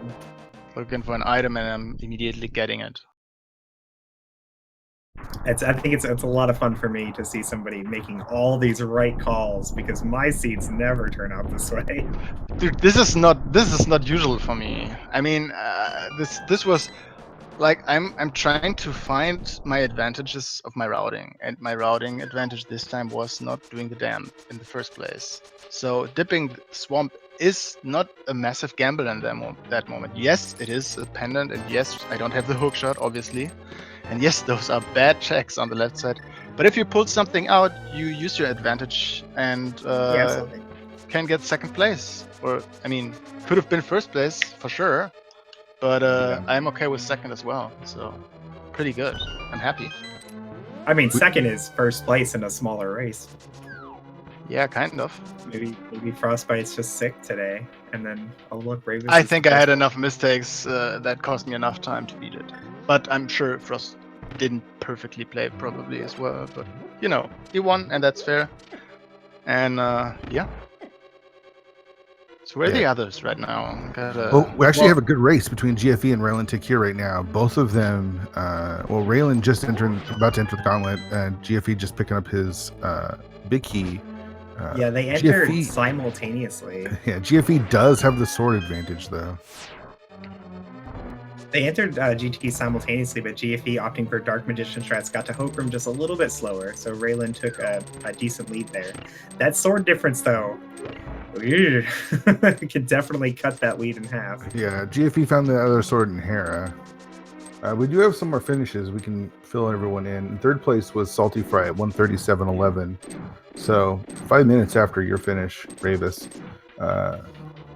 Fat Boy Bull 300 finished fourth with 138.58. Illis 24 in fifth place. Hitsy in sixth place. Lunchtime, seventh place. Machinix in eighth place. And then Thulane finished ninth place at 142.25. And 10th place was Killer App 23 with 143.58. And that catches us all up. Are you sure about that? Yeah. Oh, no, we got one more finish.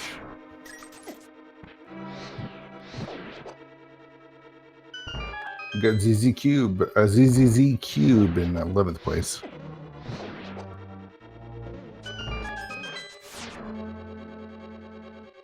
All right, guys. I'm just off for the next minutes. I'm gonna be back if you later have some questions or others want to ask something. Sure. Yeah. See you soon. All right, so this will be a race between Raylan and GFE. Let's see how much of a lead Raylan can build up here to make up for that inefficiency of sword. I'm really hoping. I'm rooting for GFE here because, like, it feels so bad to accidentally orphan that single location. Yeah, I'm surprised he actually remembered. Like, Right? a lot of Like, those if times, you just you forget leave something that. in a dungeon. Ugh. I feel sick just thinking about it. If I leave something behind in a dungeon, I'm probably never going to remember it. Sure, 100%. All right, GFE is making up a little bit of time here.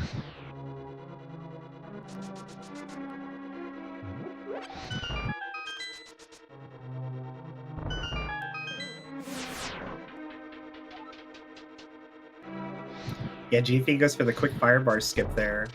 Saves a couple seconds over Raylan. Just a little bit closer. Yeah, and Raylan's actually going to take time to open up these chests here looking for that sword. Yeah, which GFE almost definitely will not do.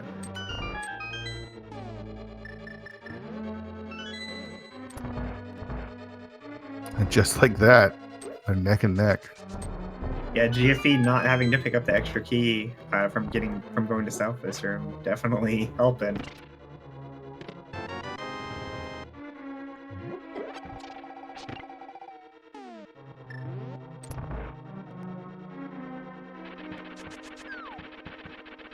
All right, on to Mold Orm 2 for both of them. And again, a quicker fight for GFE here.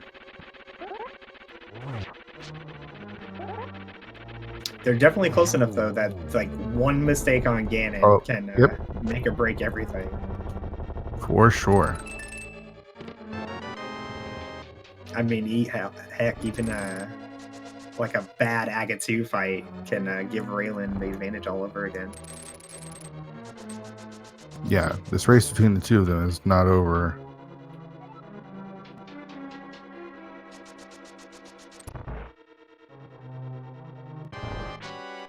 Salty Fry asking where the lamp was. The lamp was behind Powder.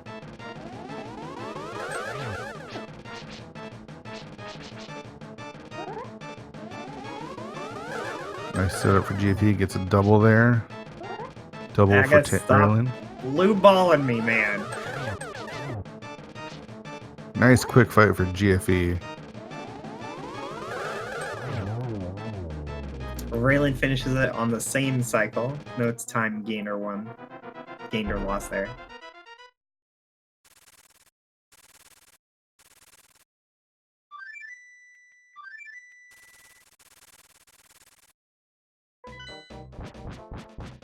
So GFE has the lamp to answer Salty Fry because he accidentally forgot to open the big chest in Desert, and part of going through the sea trying to figure out where the Bombos medallion was involved him getting the powder at a Mimic Cave. So unless GFE takes a fall here or death, he should have this in the bag because it's going to go so much faster. Not having to spin, just doing the slashes here. Already on to phase 2. Pulls out the slow cane. Just to lag it up, just to make it a little bit closer. Yeah, no matter how much lag though that the cane adds to that, it is actually still faster than getting an extra cycle. So if you're not confident that you can get the one cycle in phase 2, the cane is definitely an option you can take to save more time. As Raylan enters phase 2, GFE goes to phase 3 and is almost done.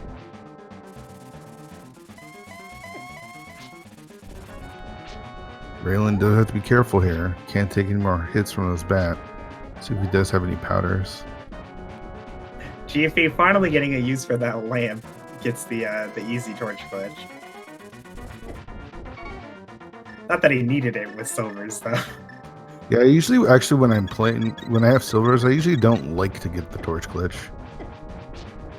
I feel like I'm able to set up Ganon a little bit better. The typical way to do it is to get like the early swipe to get the quick silver hit, and if you're in a position to get the torch glitch, more power to you. But sure, it's not a big deal. Right. GFE does finish though. Let's see if he can cross that bridge. GG. Finishes in 12th place with a time of 1:52:01. GG's to GFE. Let's see if he wants to chat a bit. Raylan down to 1 heart on this game to fight. He's using up using the cane to burn it to just make it through the fire bat spawning. Yeah. No matter how you slice it, Master Sword, Ganon, it's just not fun. It's rough. It's definitely rough. Some people like that kind of thing, though, right?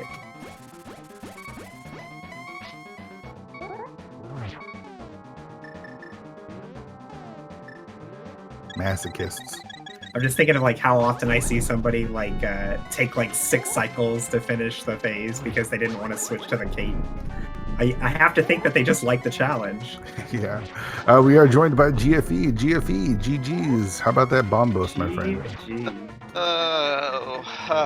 I fully expected that to be Cape with Bombos on Bumper Ledge or something. You know what I liked was when you bombed the big chest in Ice Palace. Well, because you thought it was there. Let me explain. When I went back to kill Landmo, had one item marked in Desert on my tracker, and when the map dropped, okay, I guess I forgot to mark off something. Rain, I could not remember opening the big chest. Yeah, I did. I'll just leave that marked there in case I don't find it anywhere else. So, left that chest on my tracker. So it definitely wasn't a conscious decision to skip the big chest on your first step. No. Okay. I think when I went in early, I'm on the right side, checked the hint, and then I guess I was just thinking about getting the money on the ledge for Zora and Agana's cave. I don't know why I skipped that. While we were speaking, Raylan did end up finishing Ganon. So GG's to him, and he's actually joined with us as well. Welcome, Raylan. GG's, man, early. So what do you guys feel about that seed? It was not a kind seed whatsoever. Right side. Checked the hint, and then as for myself, I feel like I basically threw away because pod Eastern play.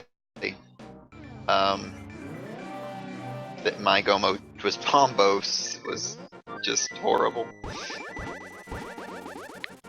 That is interesting because I had bombs very, very early on, but not only I basically last located that hammer for on that tour, I also managed to last locate that fire rod.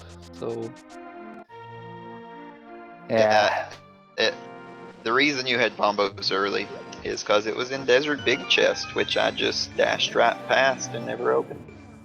Ouch. Well, on the plus side, GFE, we as the viewers definitely thank you because you gave us information we would not have found otherwise, such as where the lamp is. Oh yeah, that was a great lamp. Where was That it was actually? kind of ridiculous. Powder and Mimic Cave led to lamp on Magic Mat. Wow. So I went into swamp, cleared backside, didn't found either fire rod or lamp, and thought, okay, I really don't want to pull out my lamp from left side swamp to put everything I did until now back in logic and find the fire rod and Hera, and then I never suspected the lamp to be that much more deeper into the seed. Yeah, that lamp was so dumb. Not what I was looking for. And then going back into swamp, since I skipped the big chest after getting fire rod, was even better. I mean, you can definitely attribute it all to that one mistake, though, right? It's not like there's this huge glaring flaw with how you play the game. It's just one little mistake.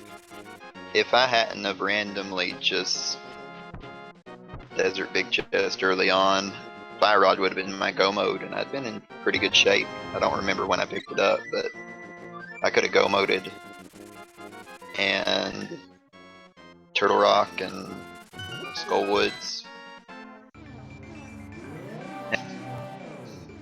Yeah, I'm just thinking it feels better to know that you lost because of this reason rather than God, I don't even know what happened. Why did he finish 30 minutes before me? Yeah, I'll agree with that. As Frostbite was the winner, I think he tends to go to Eastern like right off the bat.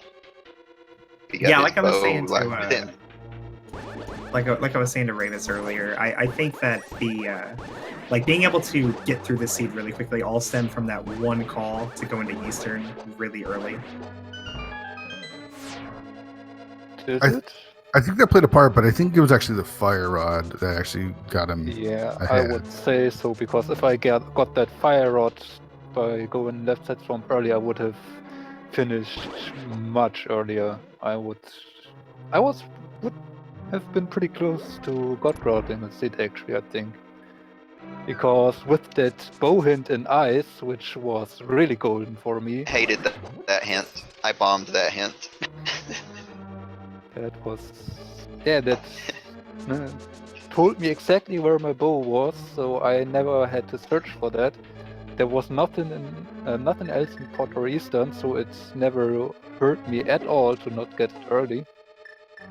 So yeah, if you just get that fire rod, I think you're golden here. That's very true. I was actually bow early, and I got hook shot early as a result. When I saw nothing behind the hook shot, a little concerned, because really all hook shot is Moldorm 2. Well, that was my idea, is that getting the bow early leads to the hookshot early, right? Because you get access to the Pyramid Fairy, and then having the hookshot early leads you to Swamp. I mean, you'd still have to do the left side because the hookshot didn't actually lock it, but it gives you a really good reason to go into that dungeon. That's true. Maybe, but it still was a pendant, so I don't know if it's really that much, or pulling you that much in that direction. Having gotten mids when you do Thieves Town as well, so I don't know. Well, I mean, there's definitely more than one way to route the game. Yeah. That's just, I think that's how I would have played it out if I had done the Eastern Dip. Unfortunately, if I had played the game, I would not have done the Eastern Dip, and I would be in a similar position to you, Raylan. Hey, real quick, shout out to my Ruby count. Oh, nice. Did you play it like that? Take it.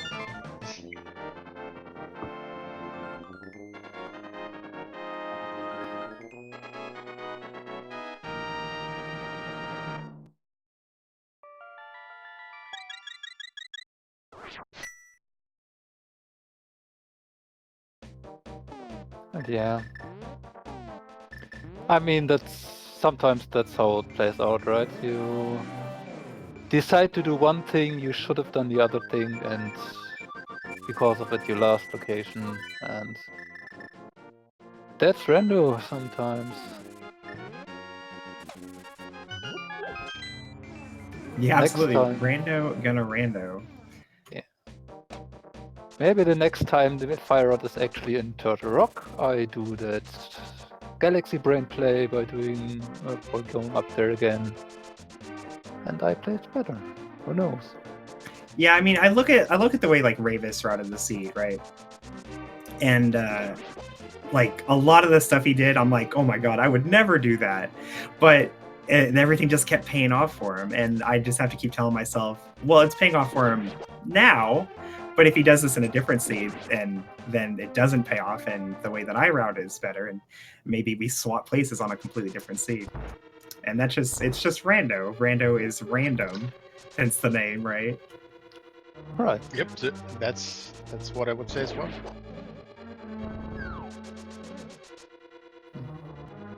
I mean, I know that I did win the daily before, even if it was Right. randomizer, so there was that one time where I did everything right, so maybe I can do that again. Definitely.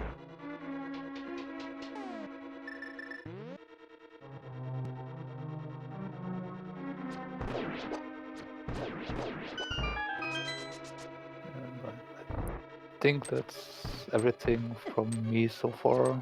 If there aren't any questions, I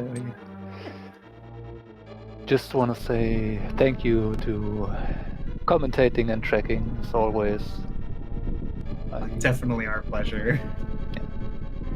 Yeah, thanks guys. I will apologize to chat about one thing. I was fully prepared to check time, but got the big key too early.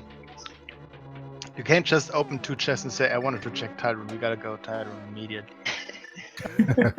That's true. I'll have to remember that next time.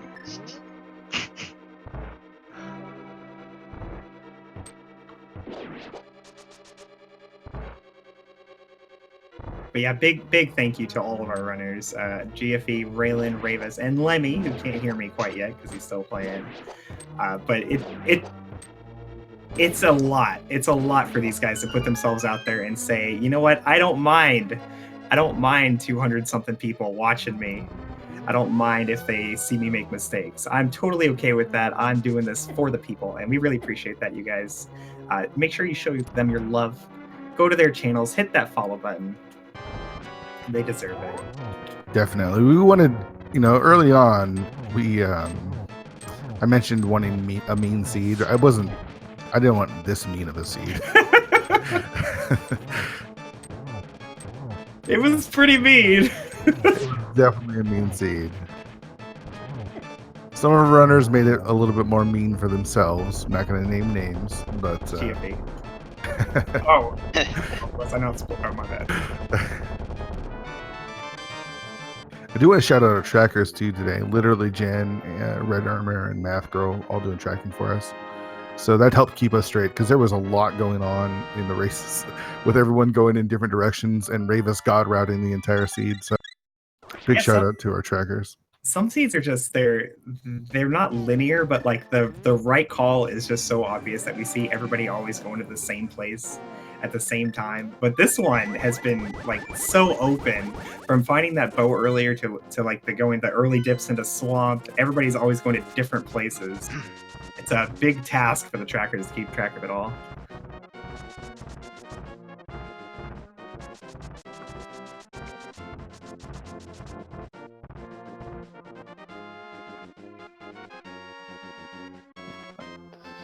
I guess I'm gonna leave now, so GG's again to everyone, and thank you for having me. Thank you, Ray. Thank you, Jason.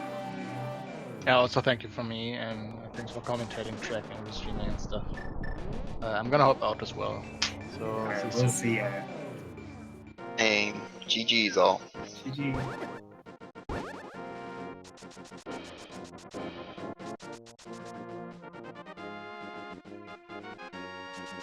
Well, I'm So still here with you guys. As we follow Lemmy through Ganon's Tower, he's going to open the portal right now and well, get into the GT. there's gonna be a problem. Oh, he doesn't have the hook shot yet. Doesn't have the hook shot. I thought he was going to do that after Pod.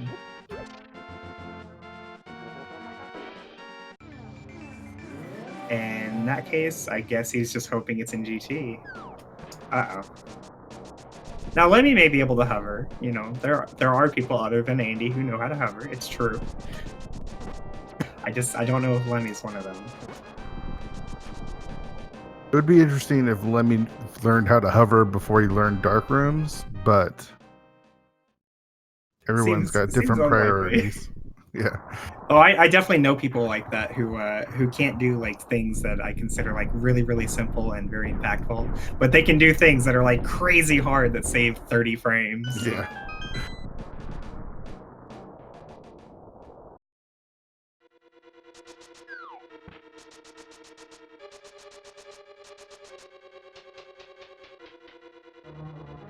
All right. Well, I've got to head out. Koi, it was a pleasure doing comms with you. Really appreciate getting the chance. Yeah, for sure, man. Same here. And GG's to everyone, and we'll see you on the next one. Lemmy finds the big key right away, and he's a little perturbed. Why you do this, game? Why you do this? Now, I don't know if Lemmy found the hint in Swamp that told him there was a unique item in Pyramid Fairy. It is possible that he checked it and just forgot about it, though. Been there myself. On the plus side, we do get to see all the other chests in Ganon's Tower while he's looking for this hook shot.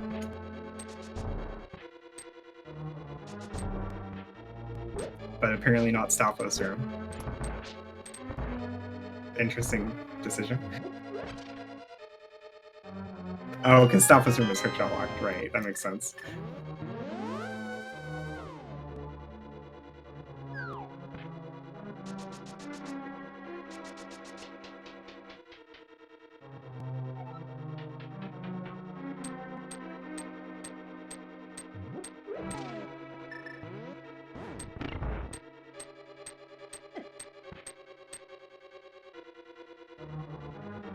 But this will definitely be our first look at Compass Room, at least.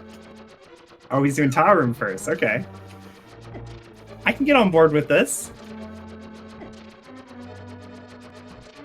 This room made a lot simpler by using the cape, unfortunately. Lemmy's going to have to be dodging some tiles.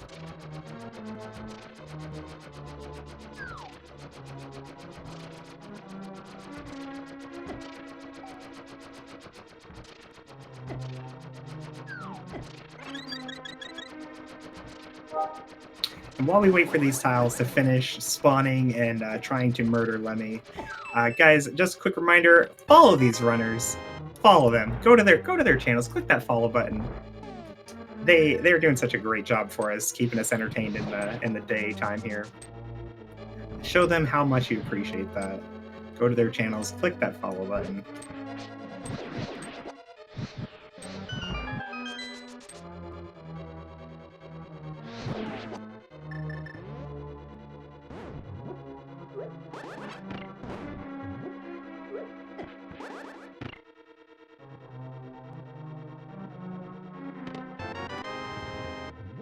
Let me move it on to Compass Room. What do we got? Some bombs. Okay. The bug net. Oh my god, there was 2 unique items in Compass Room. Not the ones that he's looking for, though, unfortunately. And without that hook shot, he's going to continue on to Ice Armos, going down the right side. This is a slightly faster way to get to Ice Armos than going down the left side, but most players would agree that these rooms kind of suck.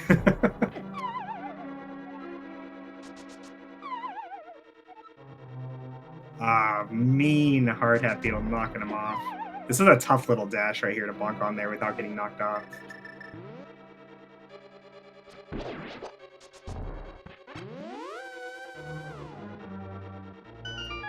Easier now. There we go.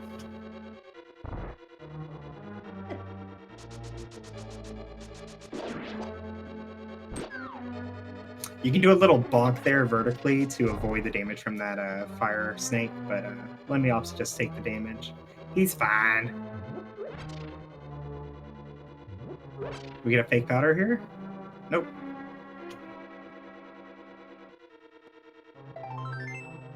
So if you don't want to walk into the fairy and you don't want to powder it, or if you can't for some reason, an easy way to get him out of there quickly is wait for him to hit the pot twice and then pick up the pot, and he'll come out a lot quicker than normal. And we're on to our Ice Armos fight. With Silver Arrows, this is going to be pretty quick, but anytime you have to do something on ice, it becomes a lot more challenging.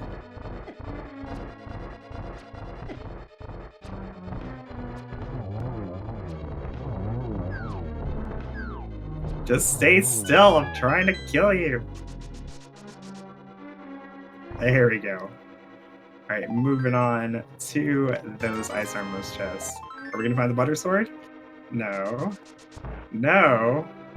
No. Maybe in the big chest? Let's go. Butter Sword in the big chest. Show me the money. Oh wait, we know where the Butter Sword is, don't we? It was like Bumper Cave. Yeah, it was Bumper Cave. Never mind. The hookshot is in Pyramid Fairy. Lemmy has both red crystals, but I think he might have forgotten that there was a unique item there.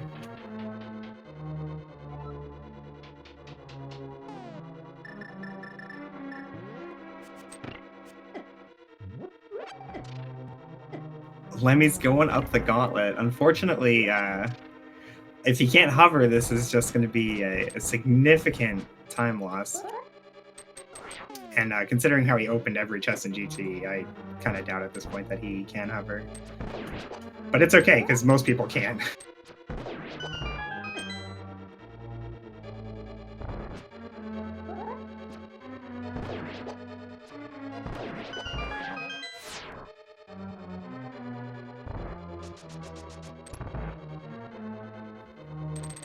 Nice Mimics 1 and 2.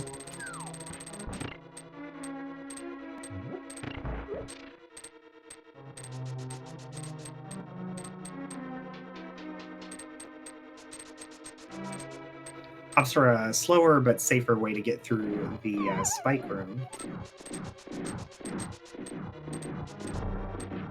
And taking the iframes boost to get through these bullets is definitely a pretty valid way to get through that room. And on 3 hearts, we're going to see the safety room. Do not blame him here.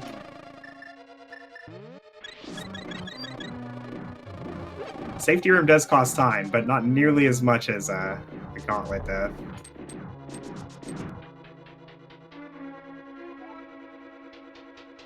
Quick little bonk back, and we are on to the gauntlet. The one really frustrating thing about doing the safety room, though, is that you enter the gauntlet with sword beams. And sword beams and Stalfos do not agree.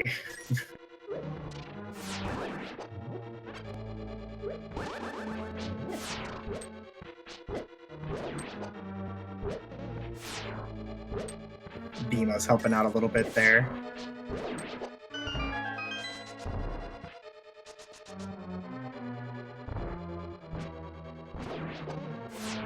Oh, that's a good point. There is a tech where you can bomb jump past bomb jump past Moldorm. It's my understanding is it's really, really, really, really tight though. But FSG swears to me that it's really easy.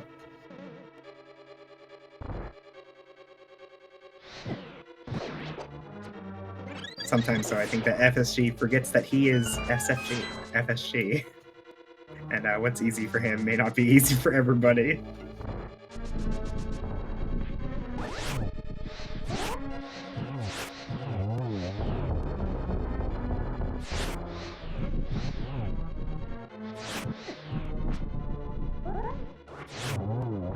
Opting for some fire rod strats here on Lambo. A little unusual when you have the silvers, but it can be pretty difficult to nail silver hits on Lambo. And we are through the gauntlet.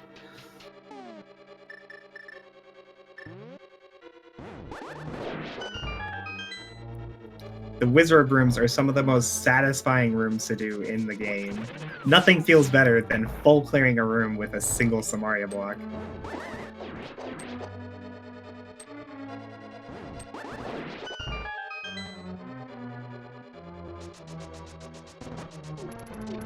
Or two, as it were.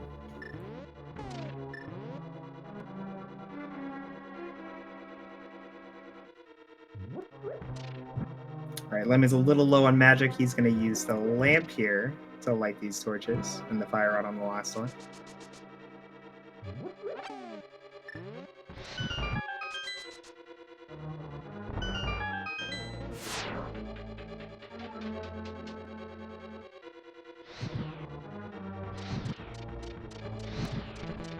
And he goes up, but I don't think he has 4 shots. Maybe... yeah, just a little miss. But you can hit this last one with the lamp if you stand just barely close enough. He gets it. Alright, let me open these chests. No hook shot, but we can dream. Yeah, you'll want that key. There you go.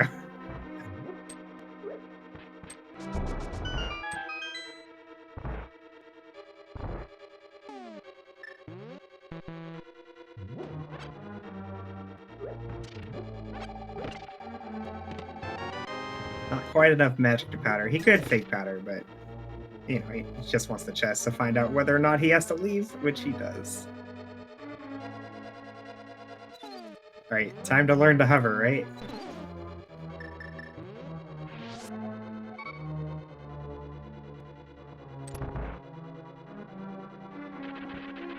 While you're here, might as well grab a fairy.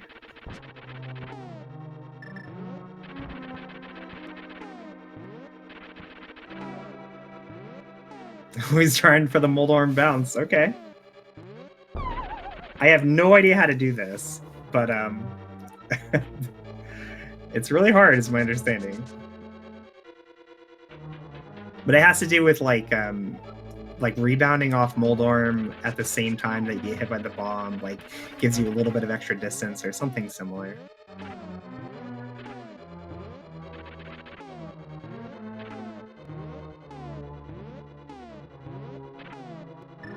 I assume he's practiced this though, because he seems to be looking for something in particular when he's doing these menu buffers.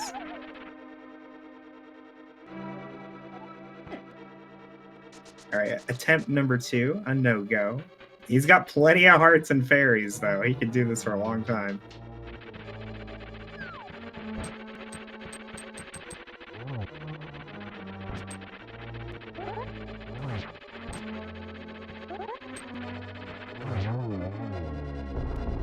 Okay, he's killing Moldorm now. He will need Moldorm to do the bomb jump.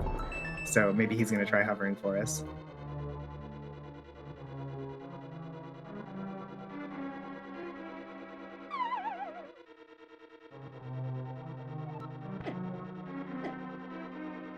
No luck.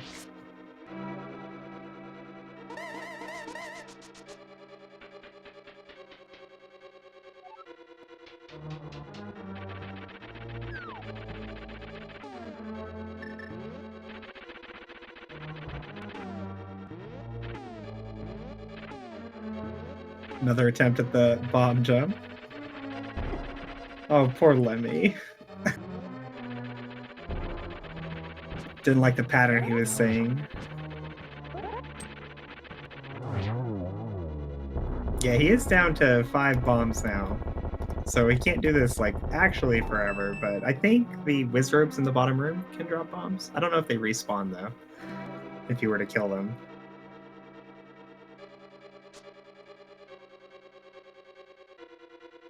Perseverance is the key.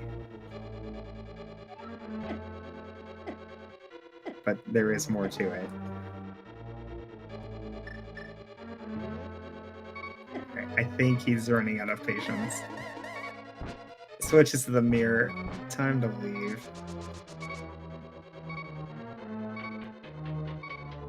What? Nope. Let's go one more time. One more time. We got this.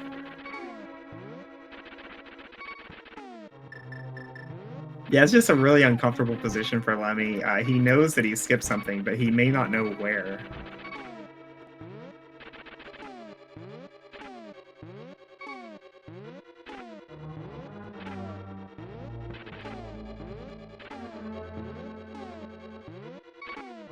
The red crystals are one of those things that, you know, it's really easy to just not realize you found them. I know a lot of players don't even bother marking it on the tracker. And he falls not on spikes, good. We're still alive.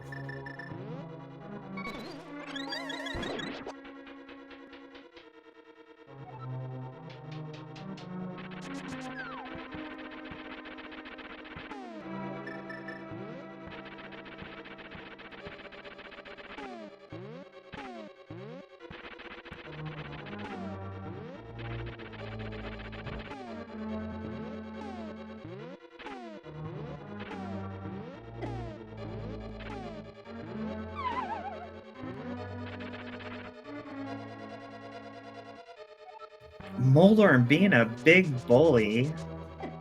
Does he not know? Does he not know that Lemmy's trying to do this really precise and difficult trick? Be a nice guy, Moldorm. Come on.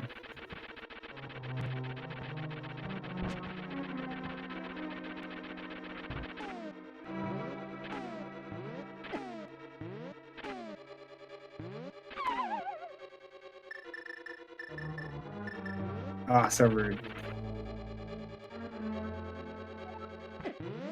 Alright, we're switching back to the mirror. I think Lemmy's about to give up.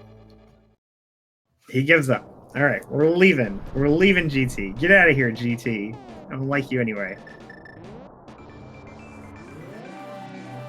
Does Lemmy know what he skipped?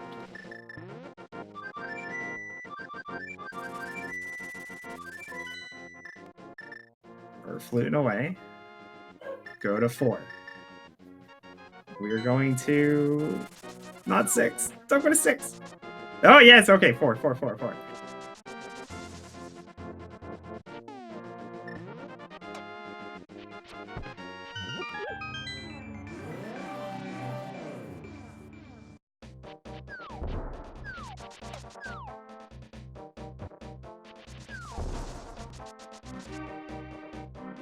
And now go north. North. Yes. All right, Lemmy's figured it out. Lemmy knows. Pyramid Fairy is the right call. The hookshot is in the big bomb. Oh, well, let's bomb the bomb NPC. He has enough bombs. You don't have to bomb him. He doesn't need your bombs. He's got some right there.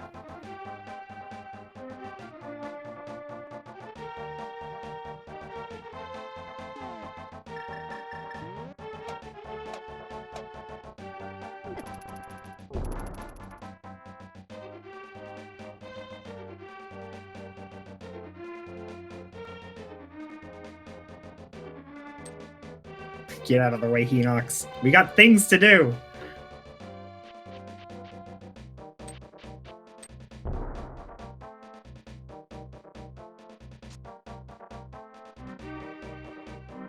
Alright, let me drops off the big bomb. Now you might see some players like set up a super speed here on the staircase with the sword. And that saves like 5 frames or something.